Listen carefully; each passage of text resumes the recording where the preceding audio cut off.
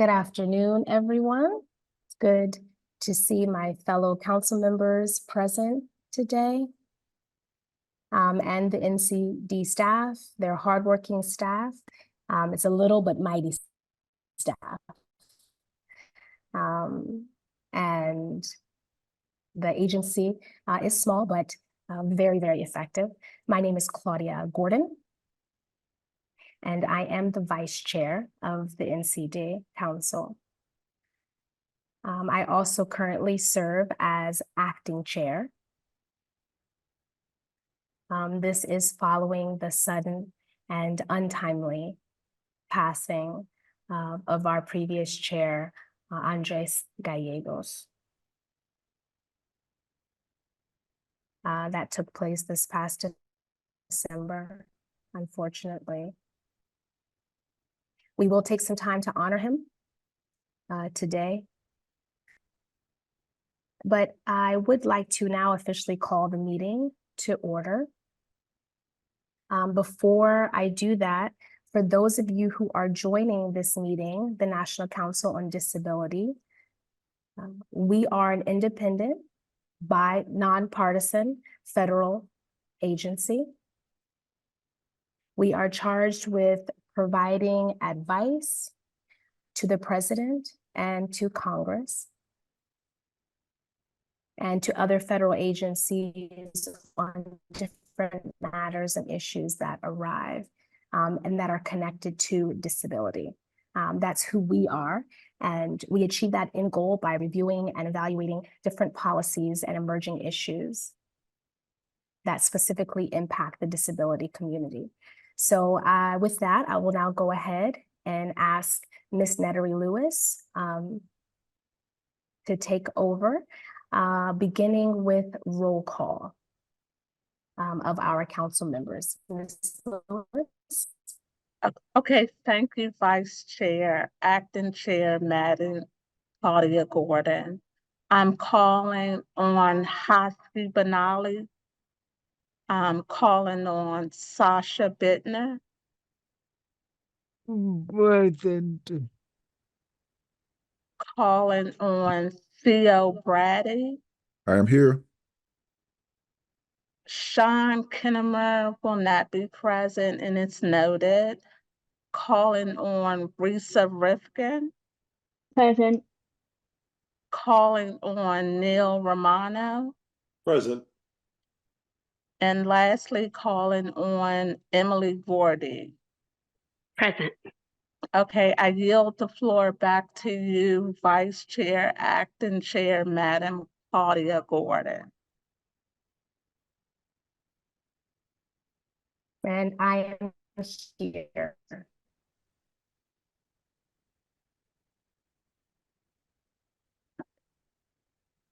Okay, so I'm making a roll call on staff, interns and contractors. Mr. Stacy Brown. Oh, sorry about that. Present. Joan DeRocha. Present. Kimmy Ekabachi. Present. Lisa Grubb has noted that she will not be present. So noting Lisa's absence. Calling Executive Director Ann Summer McIntosh. Present. Amy Nicholas. Present. Nick Sabula. Present. MJ Solomon. Present. Anna Torres Davis. Present. Amanda Lowe. Present. Keith Woods. Present. Khadidra Walters. Present. Okay, I yield the floor back to you, Vice Chair, Acting Chair, Madam Claudia Gordon. Thank you, Ms. Lewis. I think before we proceed, I want to make sure the communication is good for everyone. We will be using captioning. I'm using American Sign Language, so we have interpreters. Hopefully our participants who rely on American Sign Language can also see me clearly and also see the interpreters for anyone who needs that, and also that captioning is available. So that's just a quick accessibility check-in. The interpreter who's currently speaking English for me right now, interpreting, is off camera, but you should see the other interpreters who are working into interpreting into ASL on screen. Also, I want to mention that Sean Kennemer, council member, will not be present today and has asked me to be his proxy for any future voting. So I just wanted to bring that up and make sure that we have that amendment for today added to the notes that I will be serving as proxy. Now, our first order of business today is to proceed with a vote from the council members to accept the minutes. Oh, actually, let me say accept the council agenda first. So I would love to get a motion from our fellow council members to proceed with that, the accepting of the agenda as presented. Anyone would like to move? I move that we accept the promise and as presented. Thank you, Sasha. Can I get a second for that? Second. Okay, thank you, Neil. Any discussion?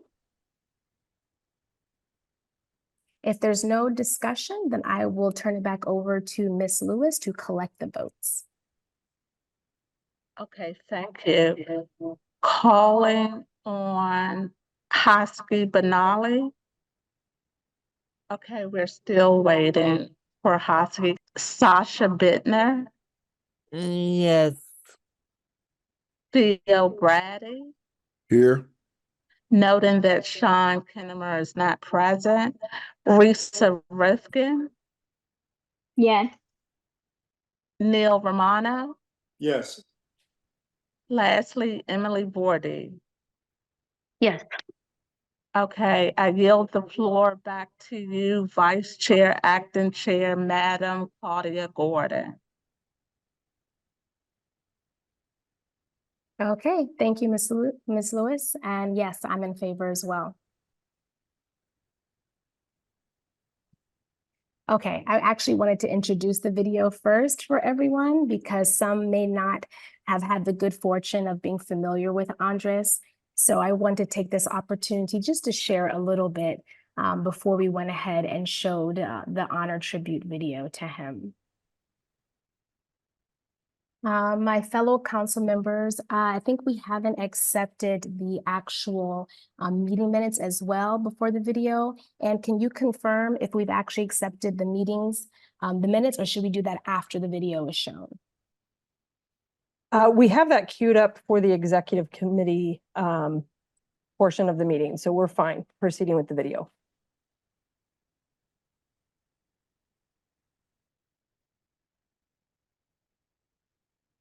Okay, great. So we'll go ahead and do the video, and then we'll do the meetings from the prior meeting. So before we actually get into the business portion, we wanted to properly give time and space to honor our former chairman and remember him in this space.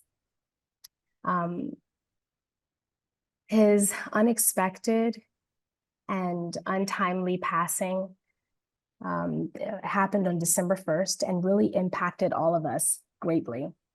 Our hearts were really saddened, and I'm sure by the participants as well, who had the privilege of knowing him. Many of us have struggled with his passing, and we are still grieving. His loss for us is still very raw. It's a huge loss for the disability community and the disability movement. He was an amazing lawyer, leader, mentor, friend to many of us. And we're fortunate to have been able to work with him. Unfortunately, not long enough. I was really looking forward to his mentorship and learning from him. And that unfortunately was cut short. So now we want to play this video. We want to go ahead and show the video, this tribute that was put together by one of our staff members, Nick. Thank you so much, Nick, for everything that you invested in getting this video developed to properly honor Andrés, who inspires us and has contributed so much. So Ms. Lewis as well, if you wouldn't mind, go ahead. Thank you. And would you mind go ahead playing the video? I was honored to be designated as chairman of the National Council on Disability. I am a Hispanic male with fair complexion, exceedingly gray hair, black framed glasses, and I am a proud member of the disability community, class of 1996, having sustained a spinal cord injury resulting in quadriplegia in an automobile accident. As a person with a spinal cord injury, I, like so many others, have experienced the realities of trying to attain medical care while confronting the seismic barriers that still exist despite the over 30 years since the Americans with Disabilities Act became law. So many of us have stories to tell. Sir, you wrote the Americans with Disabilities Act. That's a big friggin' deal. Gentlemen, the National Council on Disability, with 9 presidentially and congressionally appointed members, carries the statutory mission to advise the president, his administration, Congress, and federal agencies on all policy matters impacting people with disabilities. The health and well-being of people with disabilities have long been ignored in this country. This occurs despite the existence of an overwhelming body of studies and reports that unequivocally document the significant and continuing prevalence of health disparities that exist between people with disabilities and our non-disabled counterparts. The National Council on Disability was fighting for federal legislation to protect the rights of persons with disabilities since its inception. NCD has worked to develop a health equity framework to provide policymakers in Congress and in the administration with a blueprint to take action. The adoption of enforceable medical diagnostic equipment standards is just one step towards health equity for persons with mobility disabilities, and is just one component of NCD's pursuit of health equity for all people with disabilities. For an all-of-government approach to address health disparities. The framework was 1 year in the making, with the input of our then council members, members of the disability community, and a dream team of 14 advisors comprised of healthcare disparities researchers, physicians caring for people with disabilities, healthcare and disability law professors, among others. It's a matter of attaining and maintaining good health. It's critically important for everyone, but more so for persons with disabilities. It's truly the predicate to our ability to live, our ability to learn, and our ability to work and earn. Into the forefront of discussions that are taking place in medical schools and perhaps at the associations here. I have to part with you, our house is on fire. The issues that we're talking about here, when individuals like me can't get weighed at medical appointments because there's no wheelchair accessible weight scales, when we don't get transferred onto examination tables for full physical examination because of the inability or the unwillingness of providers to do so, and then we see a heightened percentage of people with spinal cord injuries and mobility disabilities being diagnosed with colon cancer because they're simply not being checked, or prostate cancer because they're simply not being checked. We don't have time for polite conversations in your respective schools. We need some action, and that has to happen. And so I impart to you that our house is on fire, and these issues need to be addressed.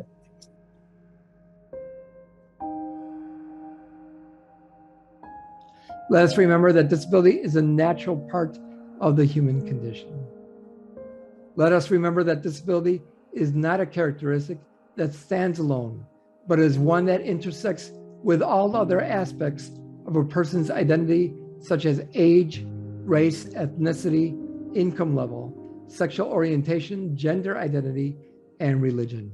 Let us recommit to shaping a future in which all members of this beautiful community can have and enjoy full rights, free from discrimination, to live self-directed, independent lives, to achieve our full potential. Achieving our full potential is only possible if we're able to attain and maintain good health.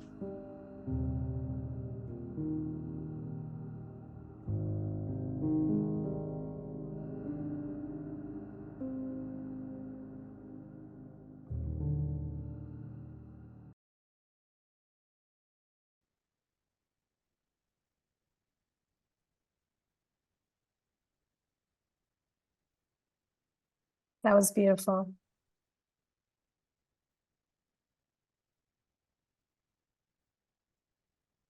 Interpreters, are we ready?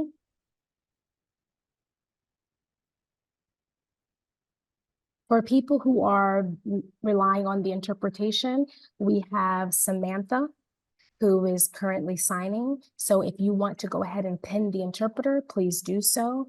I'm actually signing right now, so you can pin me. But if you need the interpreter later. I just want to say thank you to Nick and the staff for pulling such an amazing video together, such an amazing tribute to honor Andrés Gallegos. Before I move forward with other business, I wanted to mention one other thing related to Andrés, an announcement to make. Before we make the announcement, I'd like to ask my fellow council members if anyone had any brief remarks that they wanted to make about Andrés or to share, or any words about Andrés before we proceeded with business. I'd like to give the floor to you. I had some remarks. Annika, you ready? Yeah, please go ahead, Sasha. Hang on. 1 second.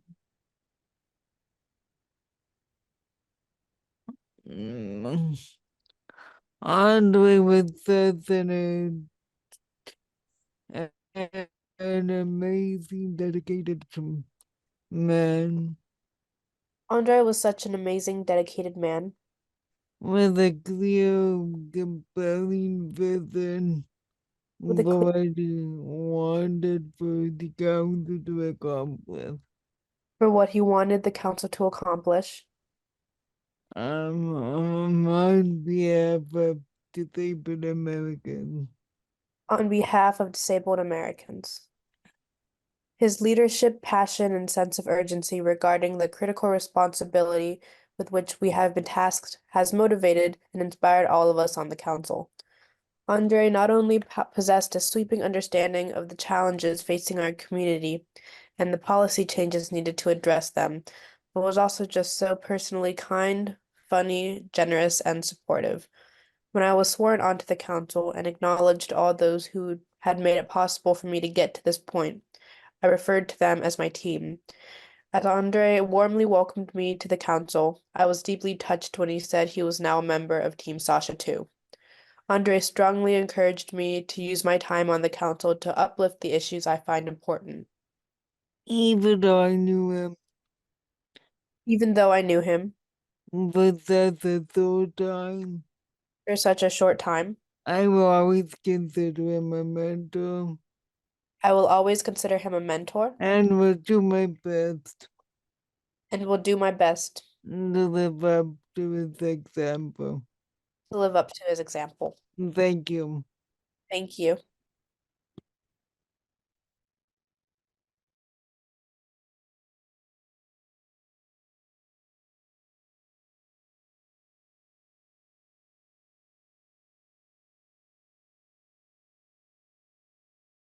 And I'm done. And I'm done.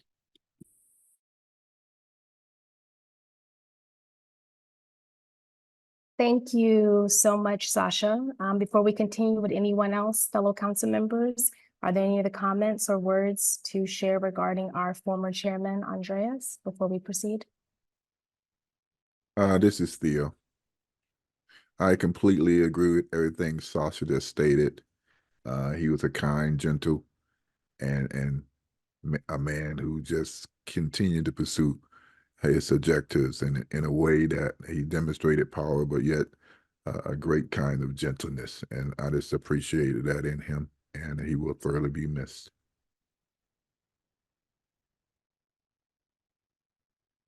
Thank you so much, Theo. Anything else from the council? If not, then the last order, or the last thing I'd like to say, there are some accessibility issues.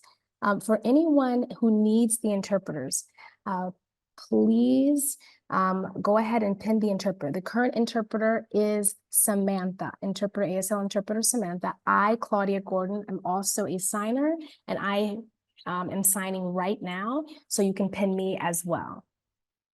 But I'm also, in regards to Andrés, pleased to announce that the executive committee met and had a discussion about how we can best honor Andrés's legacy, just to ensure that we continue his work and his commitment to health equity. So we have decided to establish a new NCD award in memory of Andrés, and it's called the Andrés Gallegos Health Care Access Award, and this is to honor his memory. With this particular award, we intend to regularly recognize and also elevate attention towards individuals and institutions, as well as organizations that are making a significant contribution to this particular cause for more equitable health care for persons with disabilities.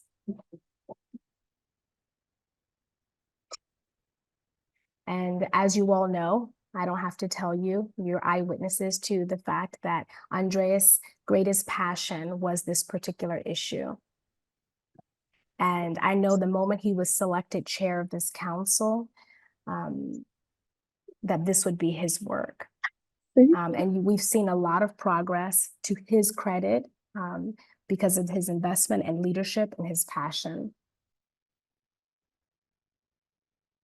So I'm very excited that we are starting this award in his honor, and it demonstrates NCD's unwavering commitment to his work going forward. So we'd like to honor the first recipient this year. So you will be hearing more about this and the process for nominations and voting and selection as well. So to wrap this segment up, I want to say again, Andrés, we will miss you. You are with us in spirit. Your legacy continues through our work and through your individual efforts and the organizations that you represent as well. Now, we will turn our attention to business matters of the council. And I would like to call for approval for the meeting minutes from November 16th and 17th, our council meeting that took place in Providence, Rhode Island. That was November 16th and 17th. So I'd like to ask for a motion to, could we have a motion from a fellow council member? I move. Okay, thank you, Sasha. And can I have a second? I second. This is Emily. All right, thank you, Emily. Now we'll go over and turn this over to Ms. Lewis for the roll call vote. Thank you. Calling on Vice Chair, Acting Chair, Madam Claudia Gordon.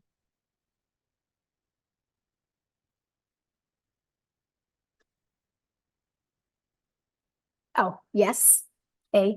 Thank you. Hosky Benali. Sasha Bittner. Yes. Theo Brady. Yes. Noting that Sean Kinnemer is not present. Risa Rifkin. Yes. Neil Romano. Netery, Miss Lewis, I am proxy for Sean, so I will go ahead and A that. for him. Okay, great. Thank you. Risa Rifkin, Yes. Neil Romano, Aye. and lastly, Emily Wardy. Aye. Thank you. I yield the floor back to you, Vice Chair, Acting Chair, Madam Claudia Gordon. Okay, just want to announce that we did have an interpreter switch. Vern is now the interpreter. And Claudia Gordon is speaking through an interpreter off screen. Now we'll go on to the next order of business, which is the financial report. Our financial report lead is Sean, who is not here today. So on his behalf, we will have a staff member, Keith Woods, provide and deliver Sean's report.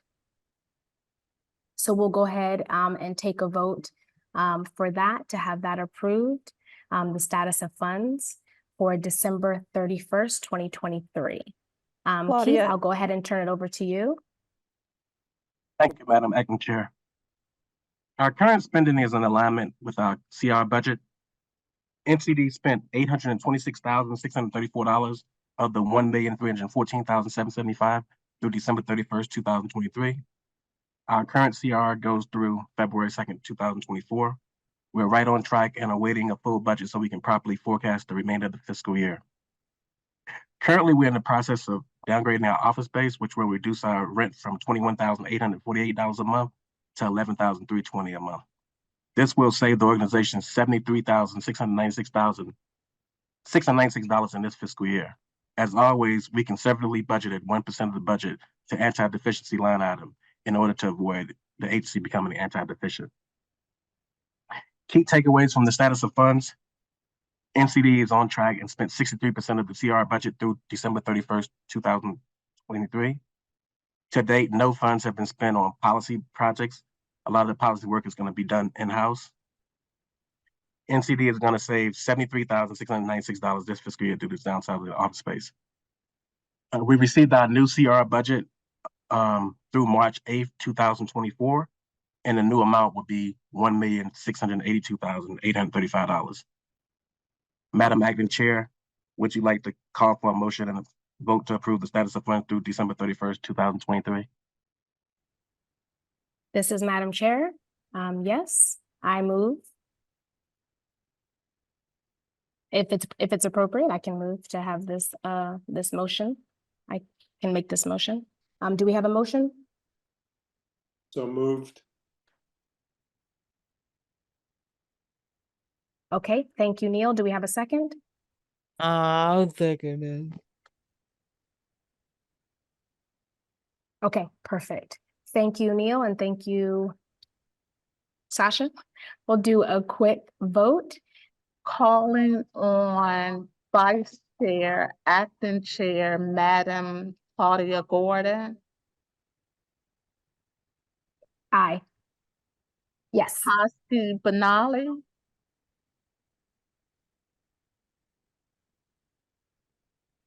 Okay, we're still having issues with Mr. Benali. Sasha Bittner, Yes. Theo Brady, Yes. Sean Kinnemer, his proxy.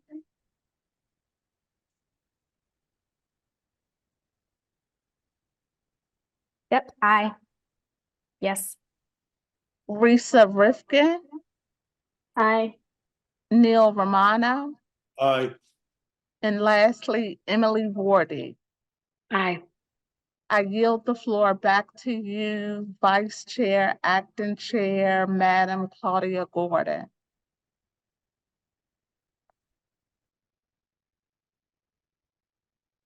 Okay.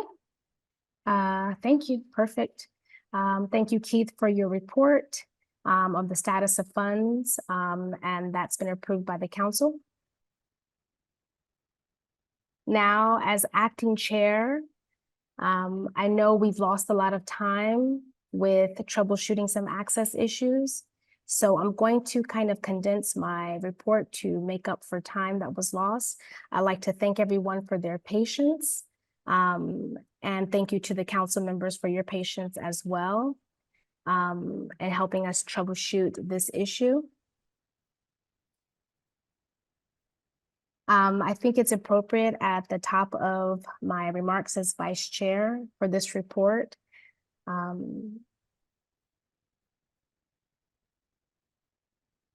Just to share some staff updates that were shared with me earlier this week. Later this month, a longtime staff member will be departing NCD. Lisa has been with us for many years. This is Lisa Grubb, and will be leaving her role to retirement. And unfortunately, this is due to some health issues. So I think it's important to take a moment publicly to recognize Lisa and to thank her for her contributions to NCD over her tenure. Lisa has worked with NCD twice in two separate capacities, in two separate terms. In 2007 to November of 2012. And then again, July 2014 to the present. She has been promoted several times during her tenure with the council. And also served as executive director under former chair Neil Romano. And this was during the previous administration. I'd like to ask members of the team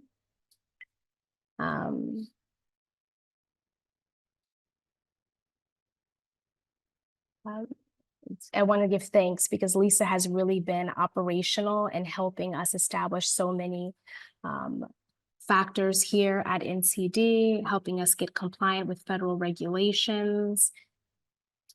And we are a small agency. So those successes and those accomplishments that Lisa has done has been very essential to the function of NCD. And Lisa is here with us today. And I'd just like to say on behalf of our fellow council members and myself, thank you tremendously for your public service to the American people throughout your time at NCD.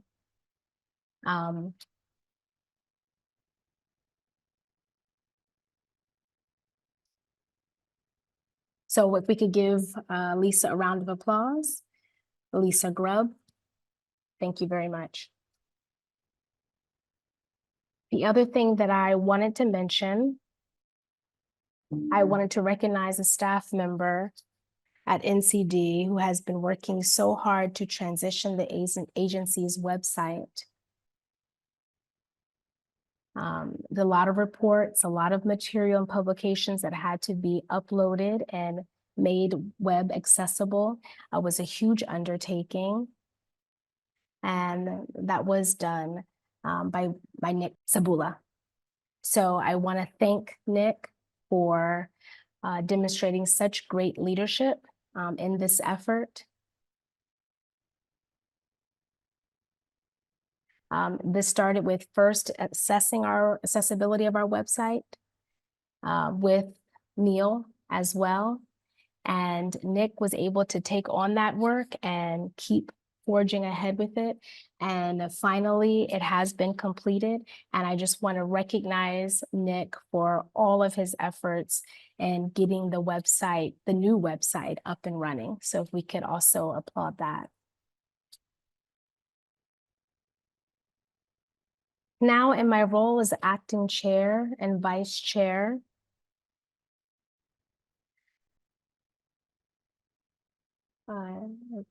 directing towards Anne and also to the staff, I think it's important that we continue to focus on the work that we talked about earlier from former Chair Andrés Gallegos, and make health equity a priority during the rest of my term here at NCD. Many of you are aware of emerging issues within the executive branch and possible changes on how they count folks with disabilities. We did have a meeting with the executive branch. It was a very productive meeting with the Census Bureau. And our concerns were proposed, and it was great to be able to hear from them, and you will hear from them later on during this meeting today. A lot of positive changes are coming forth this week, and I'm really grateful to the partnership. We are really grateful to the partnership because they heard our voices, your voices.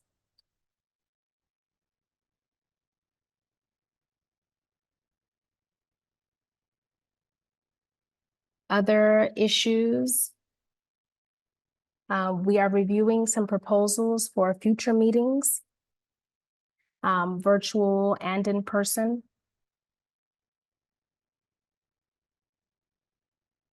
What policies should we address for the upcoming year as we're approaching the May meeting?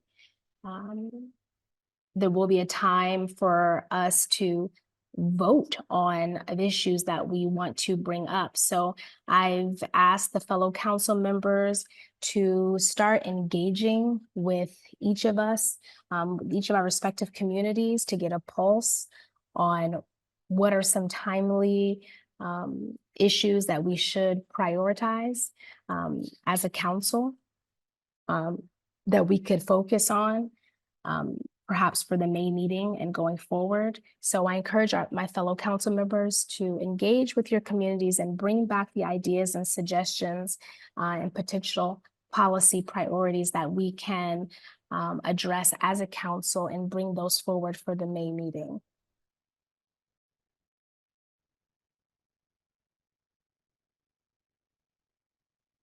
We also talked about funding. We haven't had consistent funding. We have continuing resolutions. It's been hard to kind of plan our meetings in person because we're not always sure we will have the right amount of funds available to support travel and everything else that comes along with in-person meetings. We're still not sure what future meetings, if we'll be able to host them in person.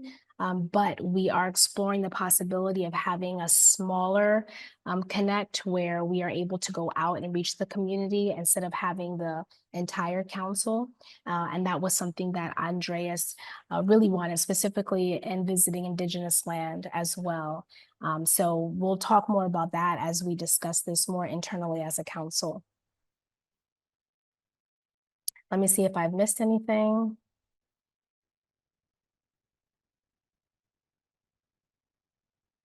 I think my report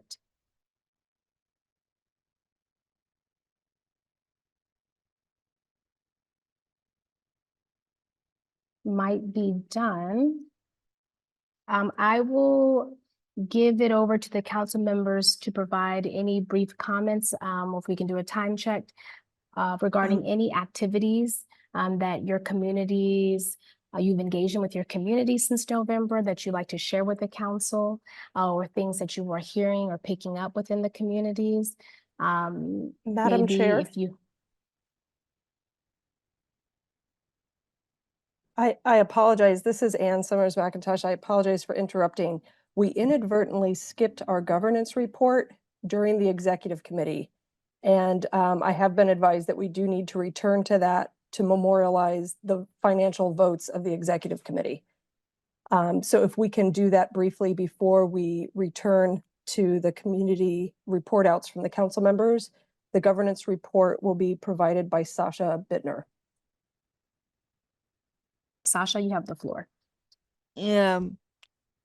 Council members Council members, at the governance as the governance chair, I'm required to memorialize for the record I am required to memorialize for the record any votes taken by the full council any votes taken by the full council between council meetings. between council meetings. For the record, For the record, I am memorializing I am memorializing on the electronic vote the electronic vote of the National Council on Disability of the National Council on Disability the close this meeting to close this meeting at the conclusion of the public portion at the conclusion of the public portion of the meeting of the meeting for a short period for a short period pursuant to the exceptions in the Sunshine Act. pursuant to the exceptions in the Sunshine Act. And I am also memorializing And I am also memorializing for the record for the record the online vote the online vote of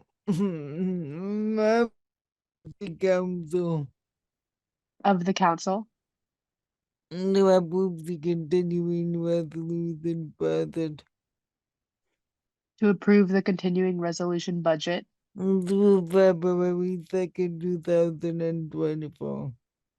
through February 2nd, 2024. Thank you, and I'm done. Thank you, and I'm done.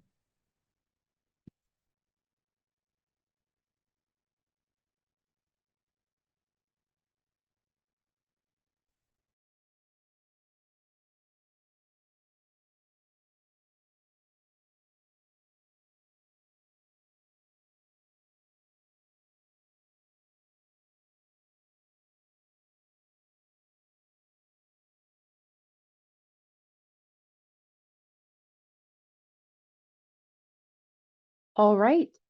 So if there is no vote required, we will return to where we left off in our agenda. With council members, the floor is open to you to share briefly about your engagements and interactions with your respective communities.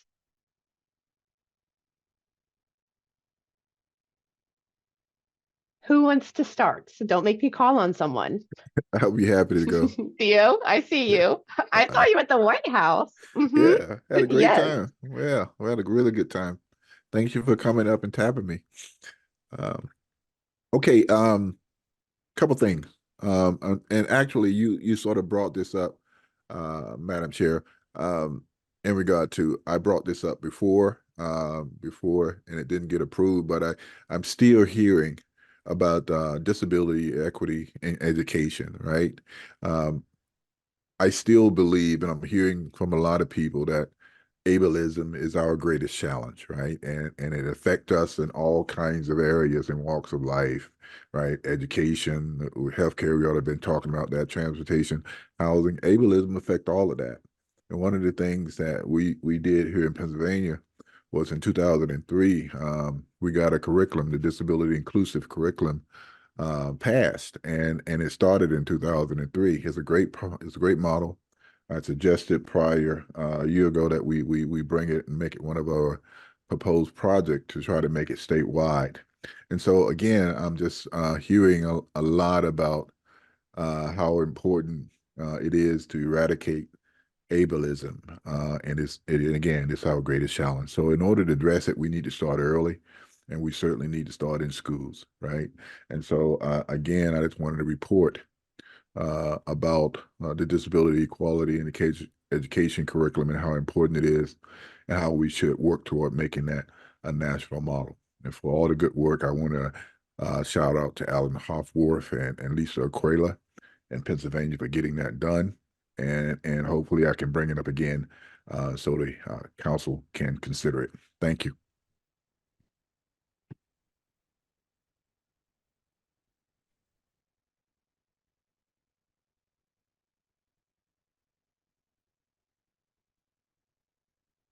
Thank you, Theo. Greatly appreciate your update. Would anyone else, any other council members, like to take a moment or two to share?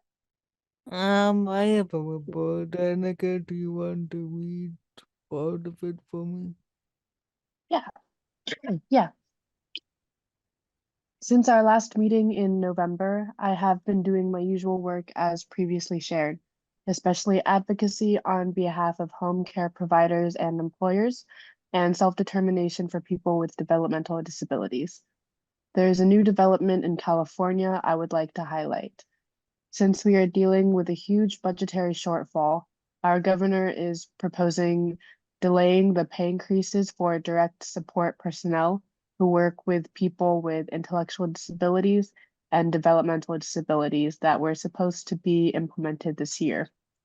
According to the California Community Living Network, a developmental disability policy advocacy nonprofit, the state's own 2019 rate study showed California was underfunding the system by $1.8 billion, which makes this proposed delay in implementation very concerning. It certainly won't help. It certainly won't help. And the 16 one delays. The existing long delays And needed services. in needed services That people with developmental disability face that people with developmental disabilities face when they need to sit down. Caseworker. when they need to see their caseworkers. Then that is all. Thank you. And that is all. Thank you.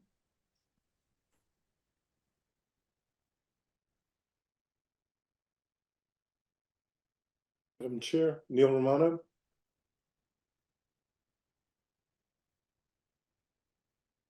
Yes, thank you, Sasha. Anyone else? Madam Chair, Neil Romano.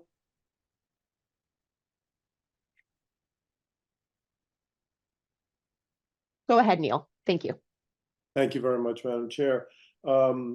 Still, as always in my area, employment still is an issue. Employment of people with disabilities. There's a great fear that even though employment has trended well in the last few years for people with disabilities, we still have a lack of understanding in the area of sheltered workshops, especially in some of the areas that relate to tax policy, which we'll talk about a great deal further. That's one area that just never seems to go away. Finding people that are continuously, recently did a film with an organization about 14C, and it appears to, even by some of the standards of the Department of Labor, has seemed to creep up a little bit more, something we always have to keep an eye on. And the second thing is an independent insurance agency group insurance out in the West, discovered that many people with disabilities, especially people who are blind and or deaf, are not aware of anything beyond the Social Security benefits, the Medicare and Medicaid benefits that could be available to them. And it's primarily because of a lack of information and a lack of having any interpreting services for people to deal with people in just about every field. So that is a continuing problem, but very significant, especially for people who are deaf and blind, who are reporting rates of not knowing anything beyond Social Security in the 75 to 95% ratio. So it's something to take consider, having agencies look at how they give information beyond just written. Thank you.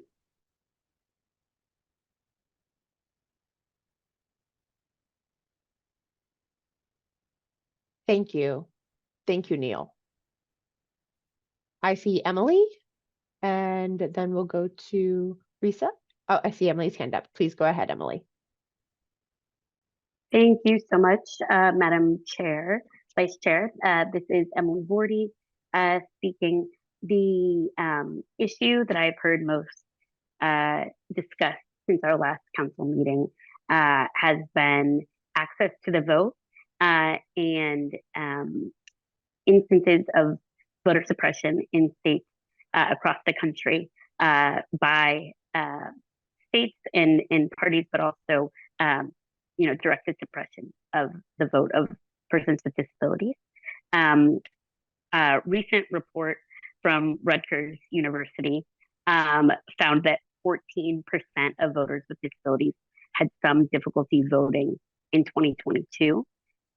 We also know that 8 states conduct elections entirely by mail. 28 states offer no excuse absentee voting. The rest of states necessitate you provide an excuse to qualify for absentee mail ballots. The lack of access to those absentee voting and voting by mail is significantly inhibiting access to the vote, whether that be participation in municipal, local elections, or state and federal elections. Given the impending election cycle and the presidential primaries currently occurring, the federal election, the general forthcoming, this is of great concern to communities with disabilities, particularly mine here in Indiana in the Midwest. So something I wanted to raise and that I hope we're able to discuss further in future meetings.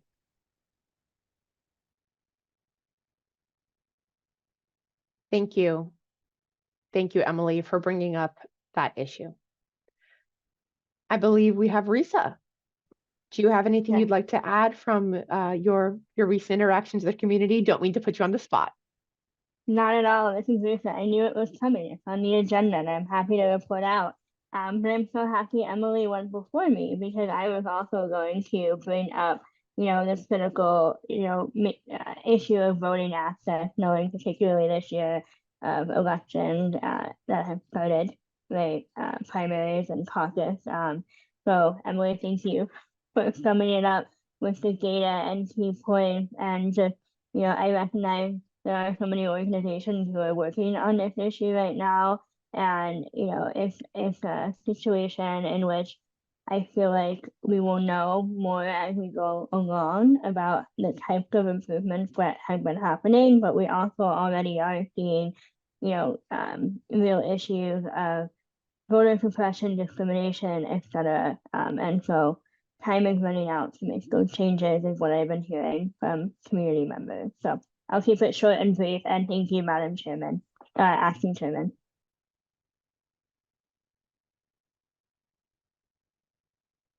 Thank you, Risa, and thank you all for sharing.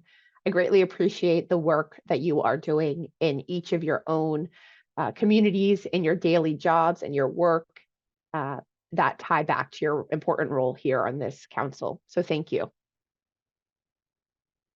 Let me take a moment to briefly look at the agenda. Okay.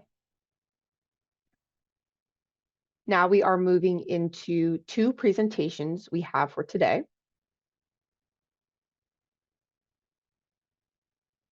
The first presentation being from a representative from the Census Bureau. But before we get into that, I'd like to take a moment to acknowledge and to thank Anna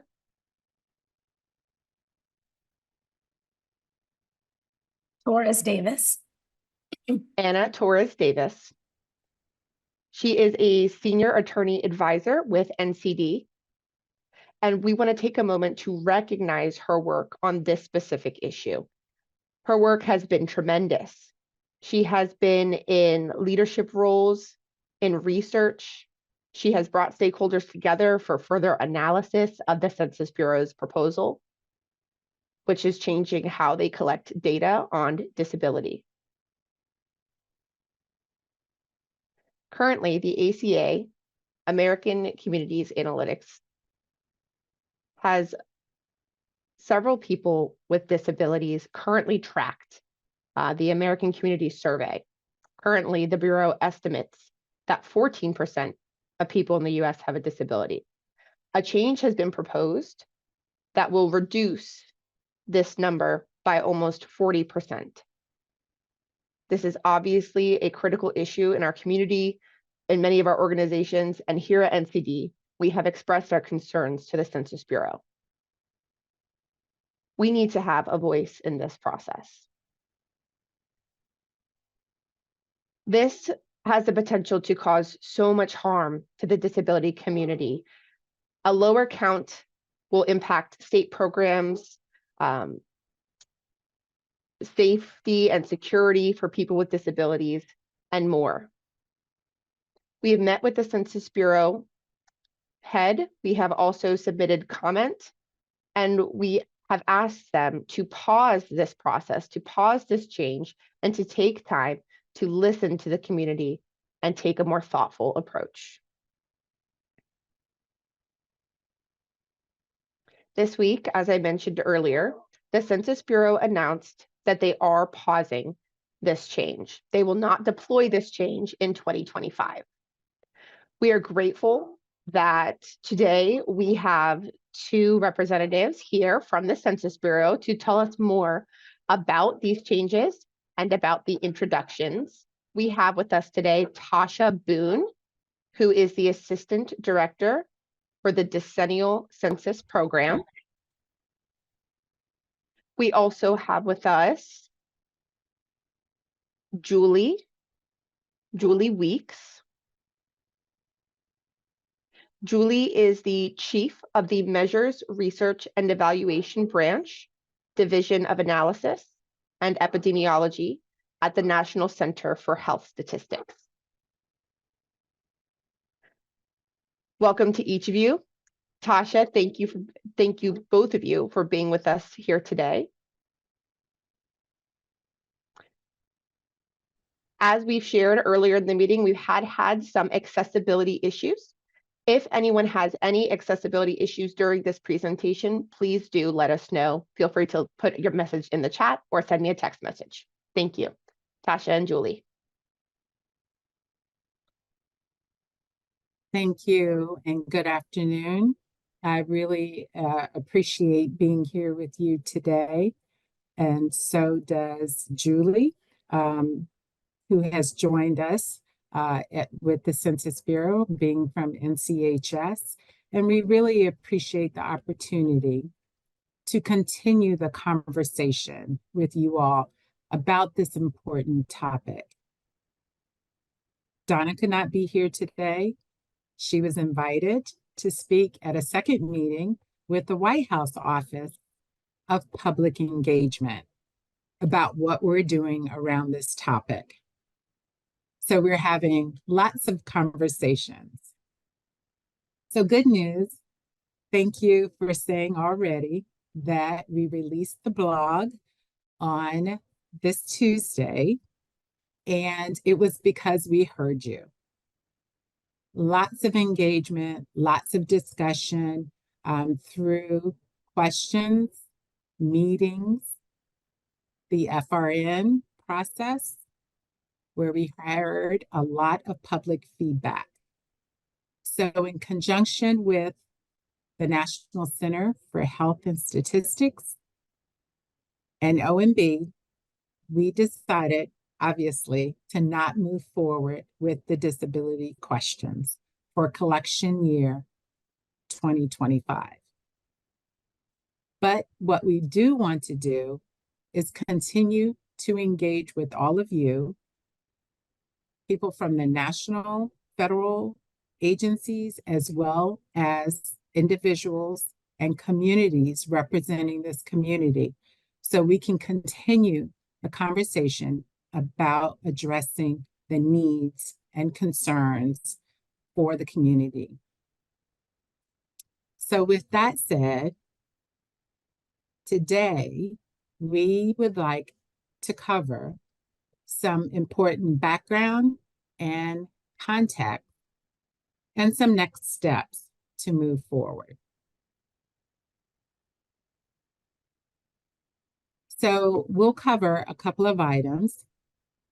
One, the core for the Census Bureau's mission is that through our survey and censuses, we capture critical information for the nation to help decision makers make the best decisions.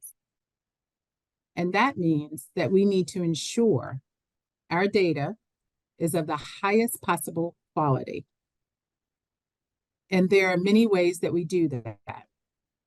The most critical is making sure that we reach as many people as possible to ensure they're seen and heard through our censuses and surveys. So there are three important values to that we hold dear.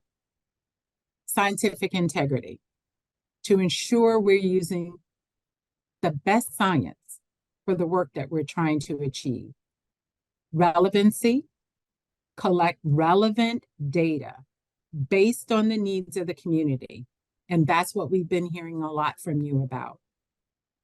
Transparency is ensuring that we're sharing our process with our stakeholders, and a big part of this is about our governance process as well.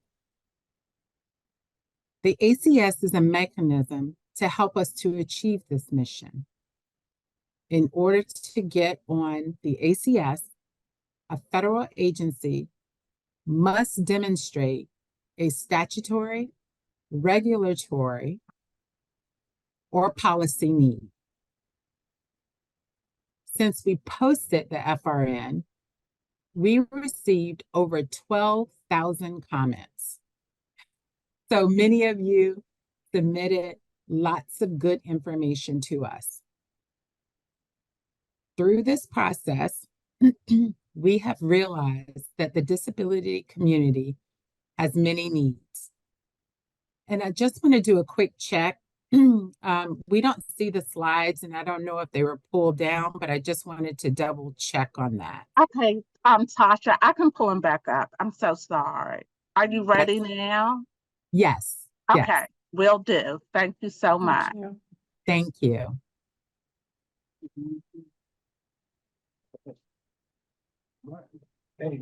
And so, just so that people know where we are, slide 2, the next slide, I think. I was just about to cover a few topics on, perfect. Go back one. So what we want to discuss with you today are concerns raised about the proposed changes, why we are asking this question, what this question covers, where are we in the process, and next steps related to disability data. So you can stay right here on this slide, because I'm hoping that much of this will address the concerns that you mentioned in the letter that you wrote to the Census Bureau. So why does the ACS include questions on functioning disability? The ACS collects this information to help enforce and ensure that we have laws and regulations and policies. The information provides a consistent approach with international organizations for the disability measurement. Based on our content review in 2014, there are 12 federal agencies that have demonstrated a programmatic need for this particular question. Next slide.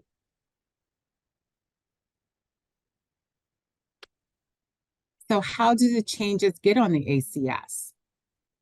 As many of you know, the American Community Survey is a key data source for numerous federal statistical agencies and other executive branch agencies. And obviously, many of you and your organizations use a lot of this data as well. I talked about scientific integrity, and some of the things that support that rigor are to ensure we have the best science available, such as changes to the ACS that have to follow a prescribed process and proposals and must meet specific decision criteria. A federal agency, government agency, has to justify a need for a new survey measurement on a specific topic, and there is no other sources that could reasonably meet that information need. With that said, I'll turn it over to Julie to cover the next 3 slides And then I'll come back, just highlight our decision, and then cover some of the stakeholder next steps that we have going on. And then we'll wrap up and have questions. Julie? Thanks, Tasha. Next slide, please. Hello, everyone. One of the things that I want to do right off the bat is kind of underscore that for many of you, you've heard this information. A lot of it is background and has been provided in different contexts and different meetings. But if you haven't, then I'd like to just start by saying that one of the things that I want to highlight is the space in which this work is being done is that of official statistics. So those that are collected that must meet standards for definition, measurement, and national and international reporting purposes. Those processes generally, and a substantial portion of what is collected for official statistical purposes is produced by the 13 agencies that have statistical work as their principal mission. And the National Center for Health Statistics is one of those. So on this slide, I simply want to mention that what the justification, I'm seeing a captioner that says we need to pause. Is that for me? Yes, we will take a quick moment. We are saying that the captioner has had a technical issue with a bad cable, and the captioner needs 2 minutes to get back online. So we'll take a quick pause, and my apologies, we will just take a quick pause for caption. It's fine. All right, we will move forward with our presentation. Again, thank you for your patience. And then we will open up a time of brief discussion for our council members. So Tasha and Julie, from the U.S. Census, thank you so much. Please continue your presentation. Okay, I'm going to wait till the slides are up on the screen. Okay, so let me continue with where we are in terms of the justification for the proposal to change the content, the disability content in the American Community Survey, and what was part of that proposal. So first and foremost, the measurement of disability had to be conceptualized in a manner that was consistent with the international and national standards. WHO's International Classification of Functioning, Disability, and Health, which is endorsed by UN and member countries, but also here in the US by the National Institutes of Health, the Department of Health and Human Services, the Centers for Disease Control, all use a functional approach to collect information to assess disability. So any new content had to consider or to be in alignment conceptually with those current models and measures. This was what was necessary to meet a number of requirements. Now, tangentially, I understand that may not be sufficient for other purposes and for other data collections that do not have these requirements. For example, the ACS can serve as a platform for 6 questions. There are more than 40 questions on the National Health Interview Survey, for example. But for this purpose, that was one of the requirements. NCHS has a programmatic mandate to collect detailed information on health, functioning, and disability, and the National Health Survey Act of 1956 sets that requirement and authorizes the NHIS, the National Health Interview Survey, to do that. So insofar as the proposal aligned with that current content that is also on the HIS, that was an important justification piece as well. Next, and to meet the needs for more detailed information on health risks, behaviors, care, access, and utilization, NCHS and our data users need more detailed information on functioning than what a dichotomy can provide. So the information that is the severity was far more important than just the presence of a functional difficulty. So in the same way, for example, that the experience of disability is not a dichotomy, nor can be the policies and programs that are designed to support people with disabilities. We need to collect information that informs the continuum of experiences. It was important that we consider harmonization across data collections in such a way to ensure that the standards are used for the collection of information. Part of that impetus for the proposed change was to ensure that the American Community Survey is collecting functioning and disability data in a manner that's consistent with other federal surveys, such as the Census's Pulse, the National Survey of Family Growth, the National Health and Nutrition Examination Survey, not only with those federal data collections, but also all of the sponsored data collections by USAID, the World Bank, and multiple UN agencies.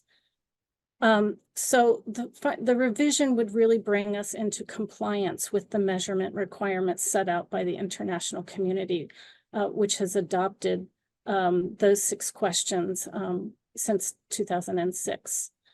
The revision would ensure that our obligations under the UN standards for censuses and population surveys and for international reporting requirements, such as the Sustainable Development Goals, would be met. It's also important because it provides the data needed, for example, in the Department of Health and Human Services, where we make international comparisons. In the Healthy People program, for example, if you're familiar with that program, we use that measure of disability to track our 10-year goals for the nation's health and well-being. Next slide, please. So I don't want to spend a whole bunch of time on this slide. However, given that in Tasha's portion, she highlighted the fact that proposals to change the ACS content must also demonstrate adequate development and testing. This was the information that was provided as part of the proposal process. So prior to being endorsed by the UN, the Washington group questions were both cognitively and field tested in multiple rounds and languages in over 24 countries. And to date, there are about 125 countries who use the 6-question set, and many of those are actually using the longer 37-question set, which is called the extended set. And that extended set asks additional domains of functioning, such as anxiety, depression, upper body functioning, pain and fatigue, which are especially important given the relationship of these symptoms to the experience of chronic conditions. Next slide.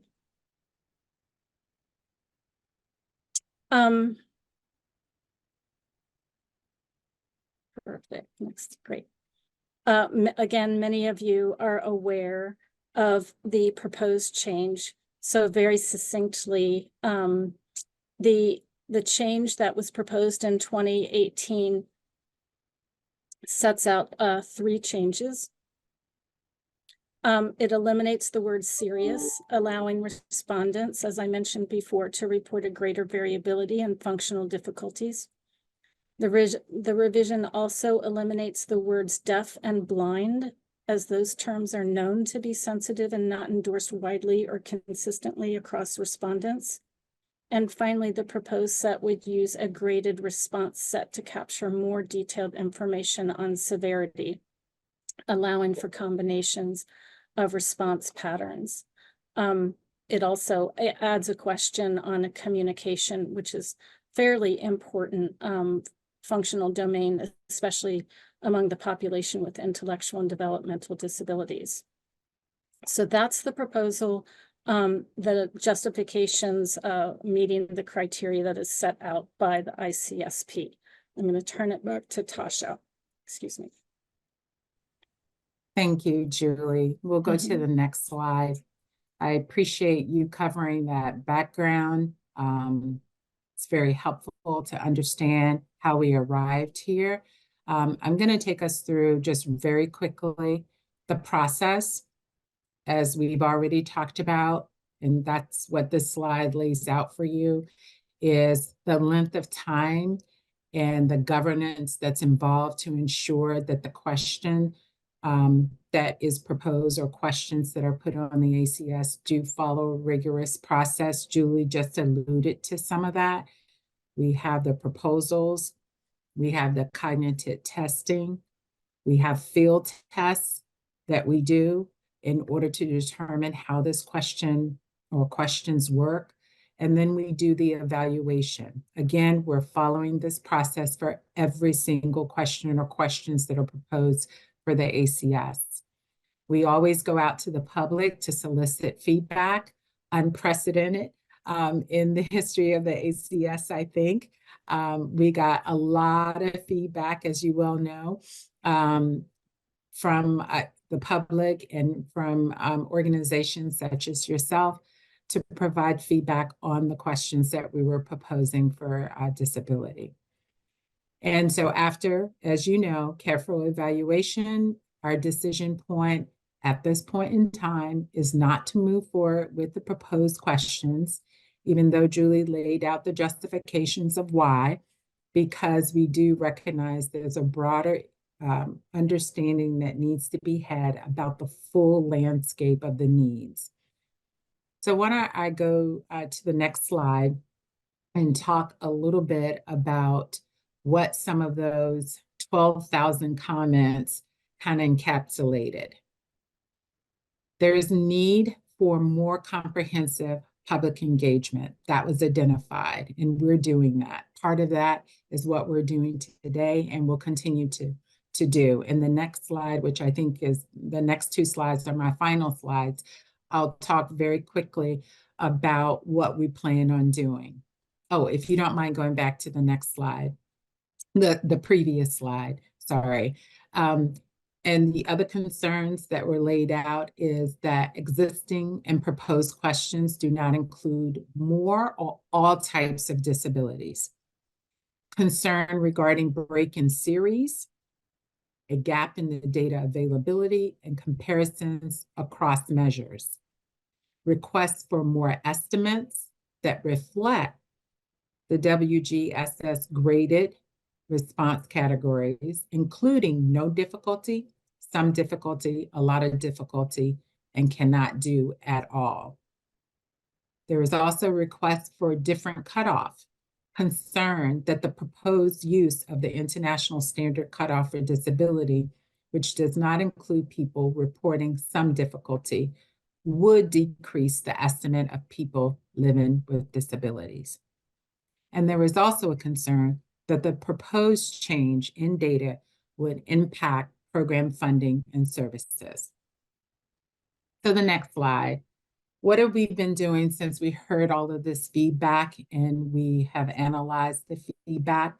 Obviously, we had several engagements, and some of them went back to September last year, where we first presented at our Census Scientific Advisory Committee, where this was public about the proposed changes. Then in November, we met with our National Advisory Committee, also public, and talked about it there and received feedback from both of those meetings. Then December 6th, we had a briefing with many different organizations that was hosted by the Leadership Conference Coalition and got a lot of feedback there. And then December 8th, our director met with a few organizations, including your own. December 14th, we did a presentation with the White House and talked about aging and disability with the aging and disability community. And then January 19th, Census and NCHS met with the staff on the Senate Subcommittee on Health, Education, Labor, and Pensions, and the Subcommittee on Aging. And they talked a lot also about the proposed changes and their needs. And then February 8th, today, obviously, we're meeting with you, and I mentioned that Donna Daly, who's a division chief of the American Community Survey, was meeting with the White House at the same time. And of course, we received lots of letters in addition to what was submitted through the FRN process. And then we're continuing and have been meeting with other federal agencies and of course the ICSP. Next slide. So where are we today? Obviously, we received comments, the 12,000 comments from over 150 organizations, 20 local and state governmental groups, over 300 people with university affiliation. Of course, thousands of people with disabilities also wrote in and gave comments. And we received comments from federal agencies. Some are part of the Disability Interagency Subcommittee, and some that were not part of this committee. So where are we? One of the things that I said at the top of the presentation is that we heard you and that we fully recognize through all this feedback that there's a need to really understand all the uses and purposes for this particular data. What are people trying to do with this data? What is the data that they need to in order to achieve those needs? And we recognize that the ACS questions are not the full answer to that. So we want to understand the full landscape of that and be able to come together with you and other organizations like yourselves in order to talk with the federal agencies and have a conversation so that we're understanding and hearing from each other so we can do the evaluation and understand, do we currently have the data to meet those needs? And if we don't, then maybe we need to create some products or new questions on surveys or censuses in order to capture those needs so that we can better measure the needs for the disability community. So that's what we plan to do in the spring, is have this meeting. On our last slide, the next slide, it just talks about our continued engagement that we're having. This meeting won't be the last that we'll have with many different organizations. We are interested in continuing the conversation. You know, we just published the blog. We're continuing our stakeholder meetings, and this spring, coming up soon, we plan to announce when we plan to have that meeting and look forward to having your participation in that meeting so that we can all work together. And then, of course, we will finally publish our 30-day FRN for this content, for the proposed content for the 2025. It will not include the proposed questions for disability, but we do have other content that we're moving forward with, other proposed changes. And then, of course, in May, we will receive final decisions on that so that we can then move forward with implementing the 2025 content changes, which again will not include this proposed question. So with that, I think we have some time for questions and would really want to hear from you. So thank you very much. Julia and I are very pleased to have been able to have the opportunity to present to you, and we look forward to further engagement. We're open for questions and turn it back over to the moderator. Madam President, I have a question if you allow me.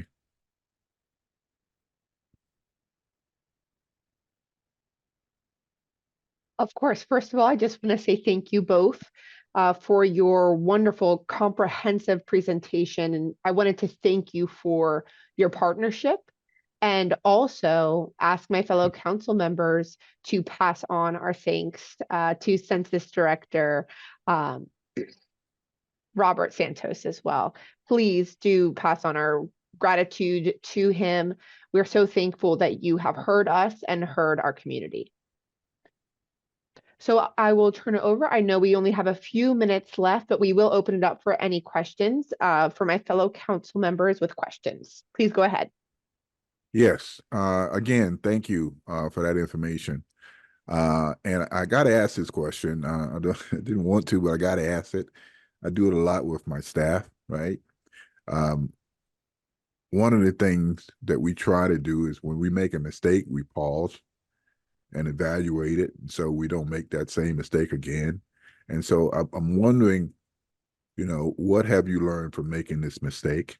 And maybe you can't answer that, but it is important that we learn from things that we do. And I'm wondering if you could talk about that for a second.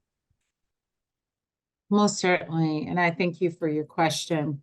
I think the way that we like to look at this, like you said, that there are lessons learned as you go through a process.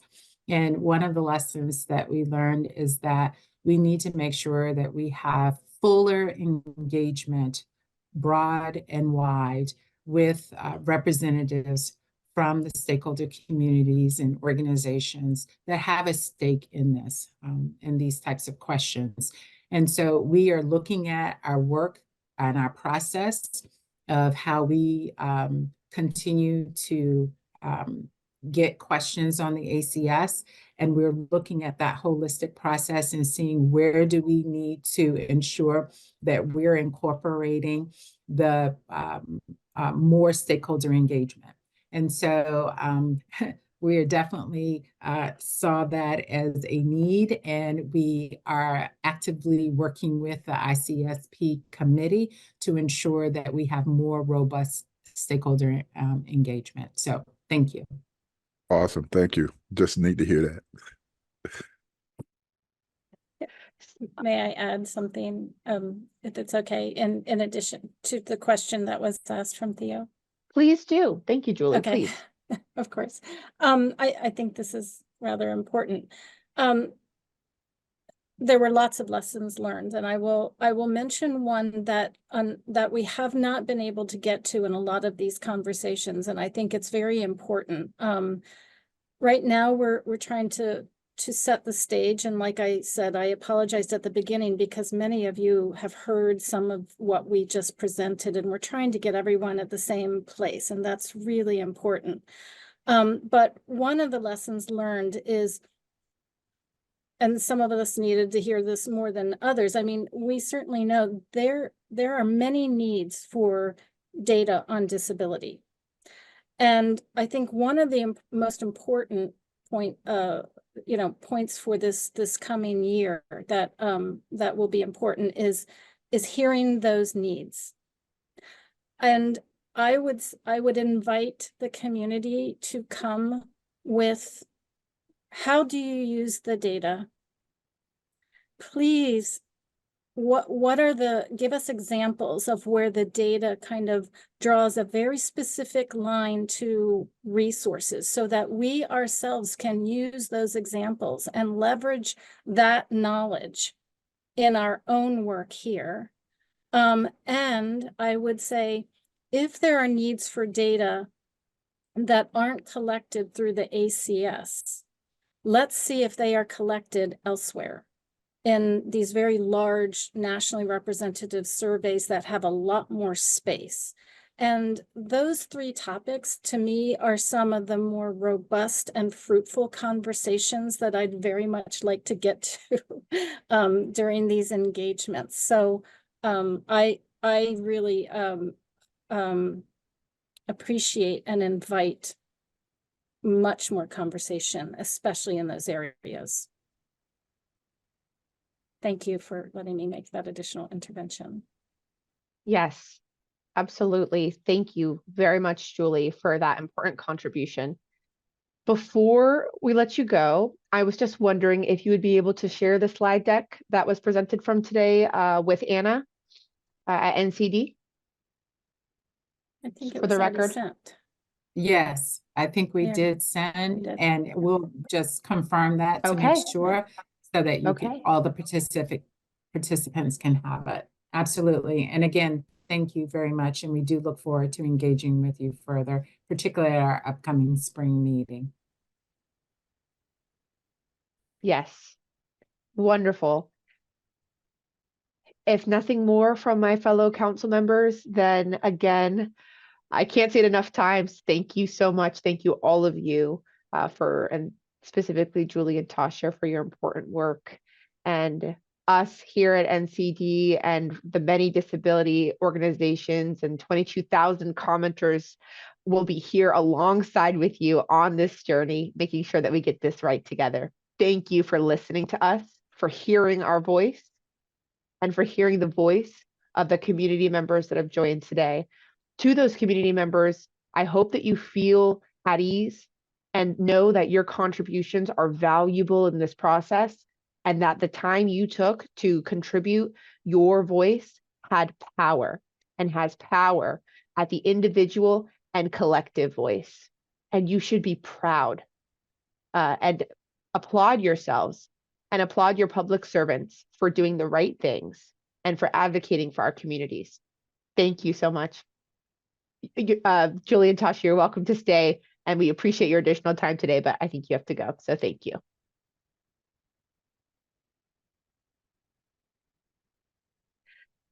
Okay, we already took our break, so I think we can continue into our next presentation for today's meeting.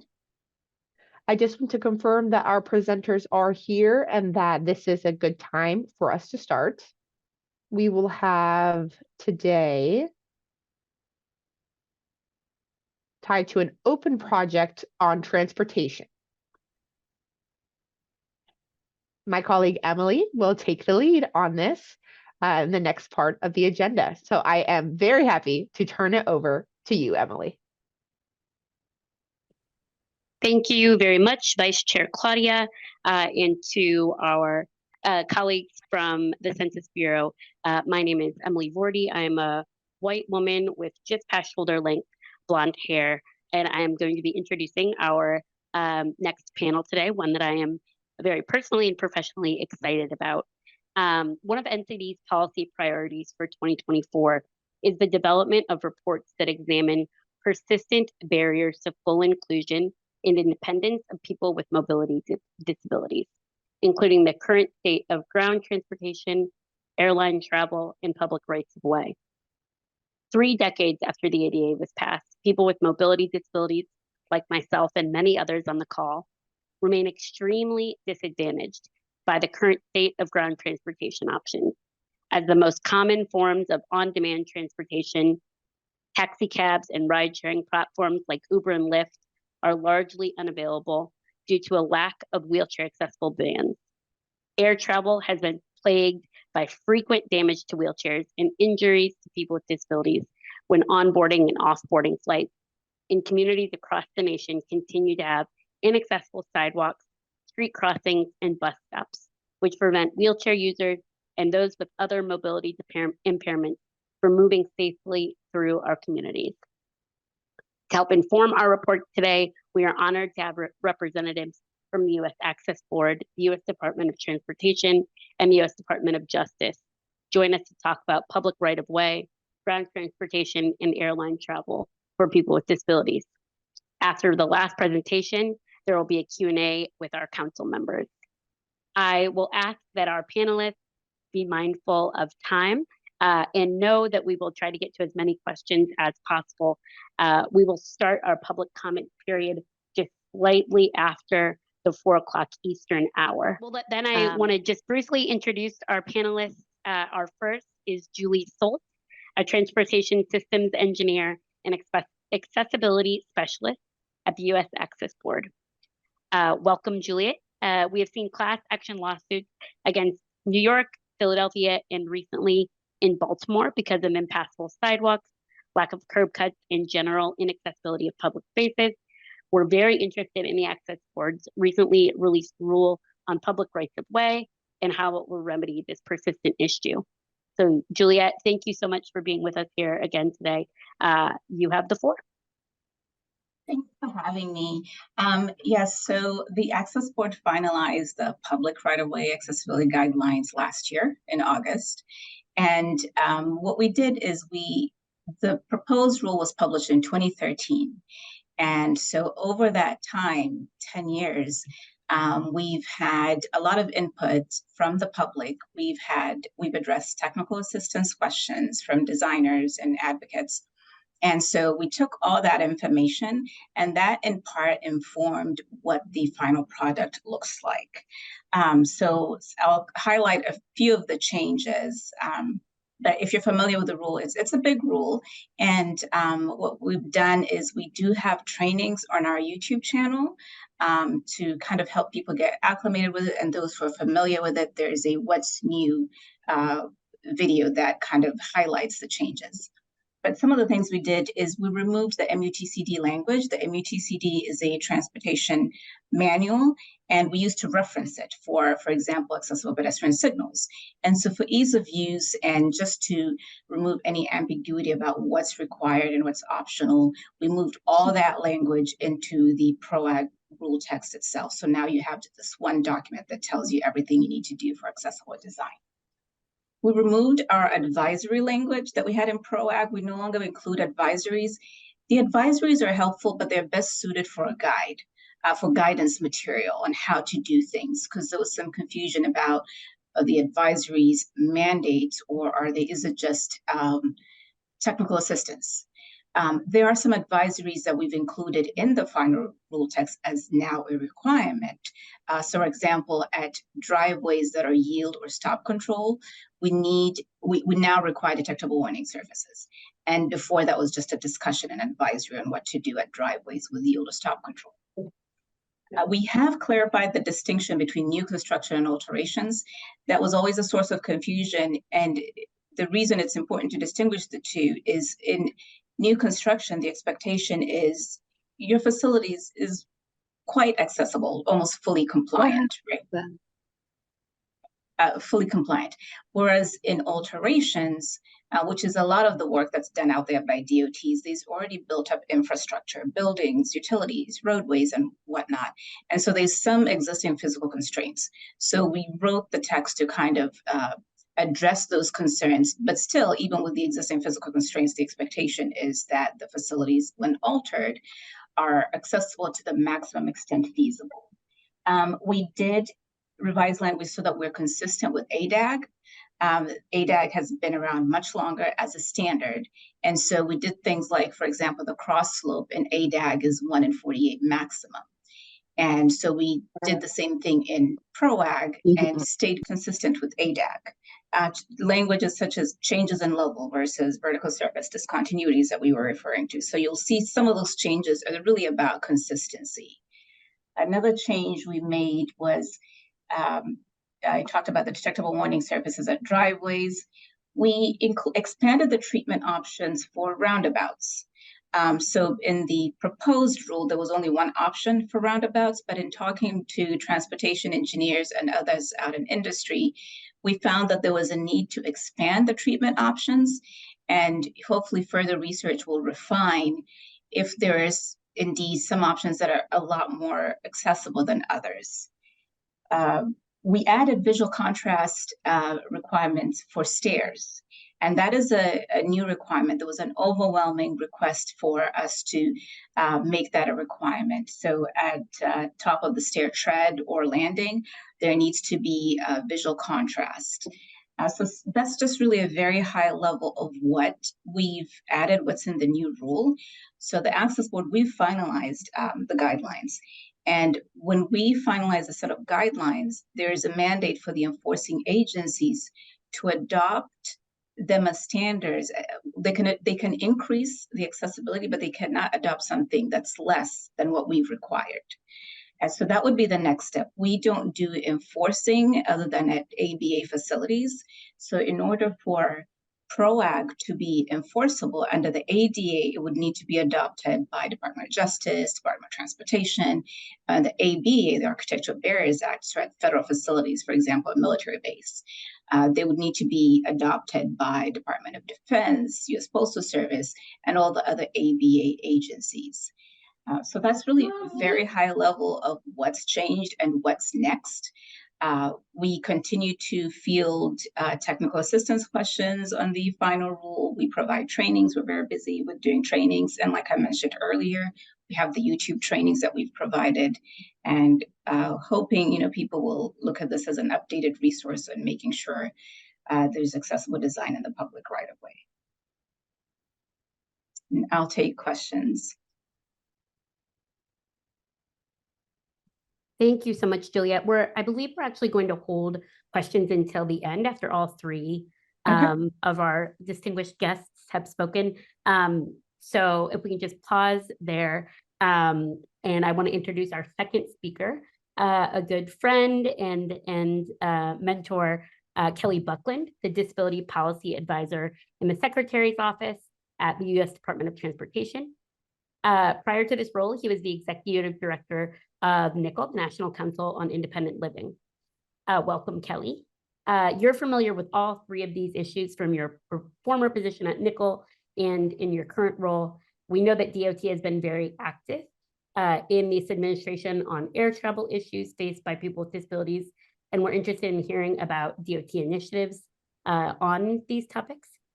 We'd also like to hear from you on your thoughts regarding ground transportation challenges with taxis and ride shares such as Uber and Lyft. So with that, Kelly, I'll turn it over to you. Really good to see you. Thanks for being with us today.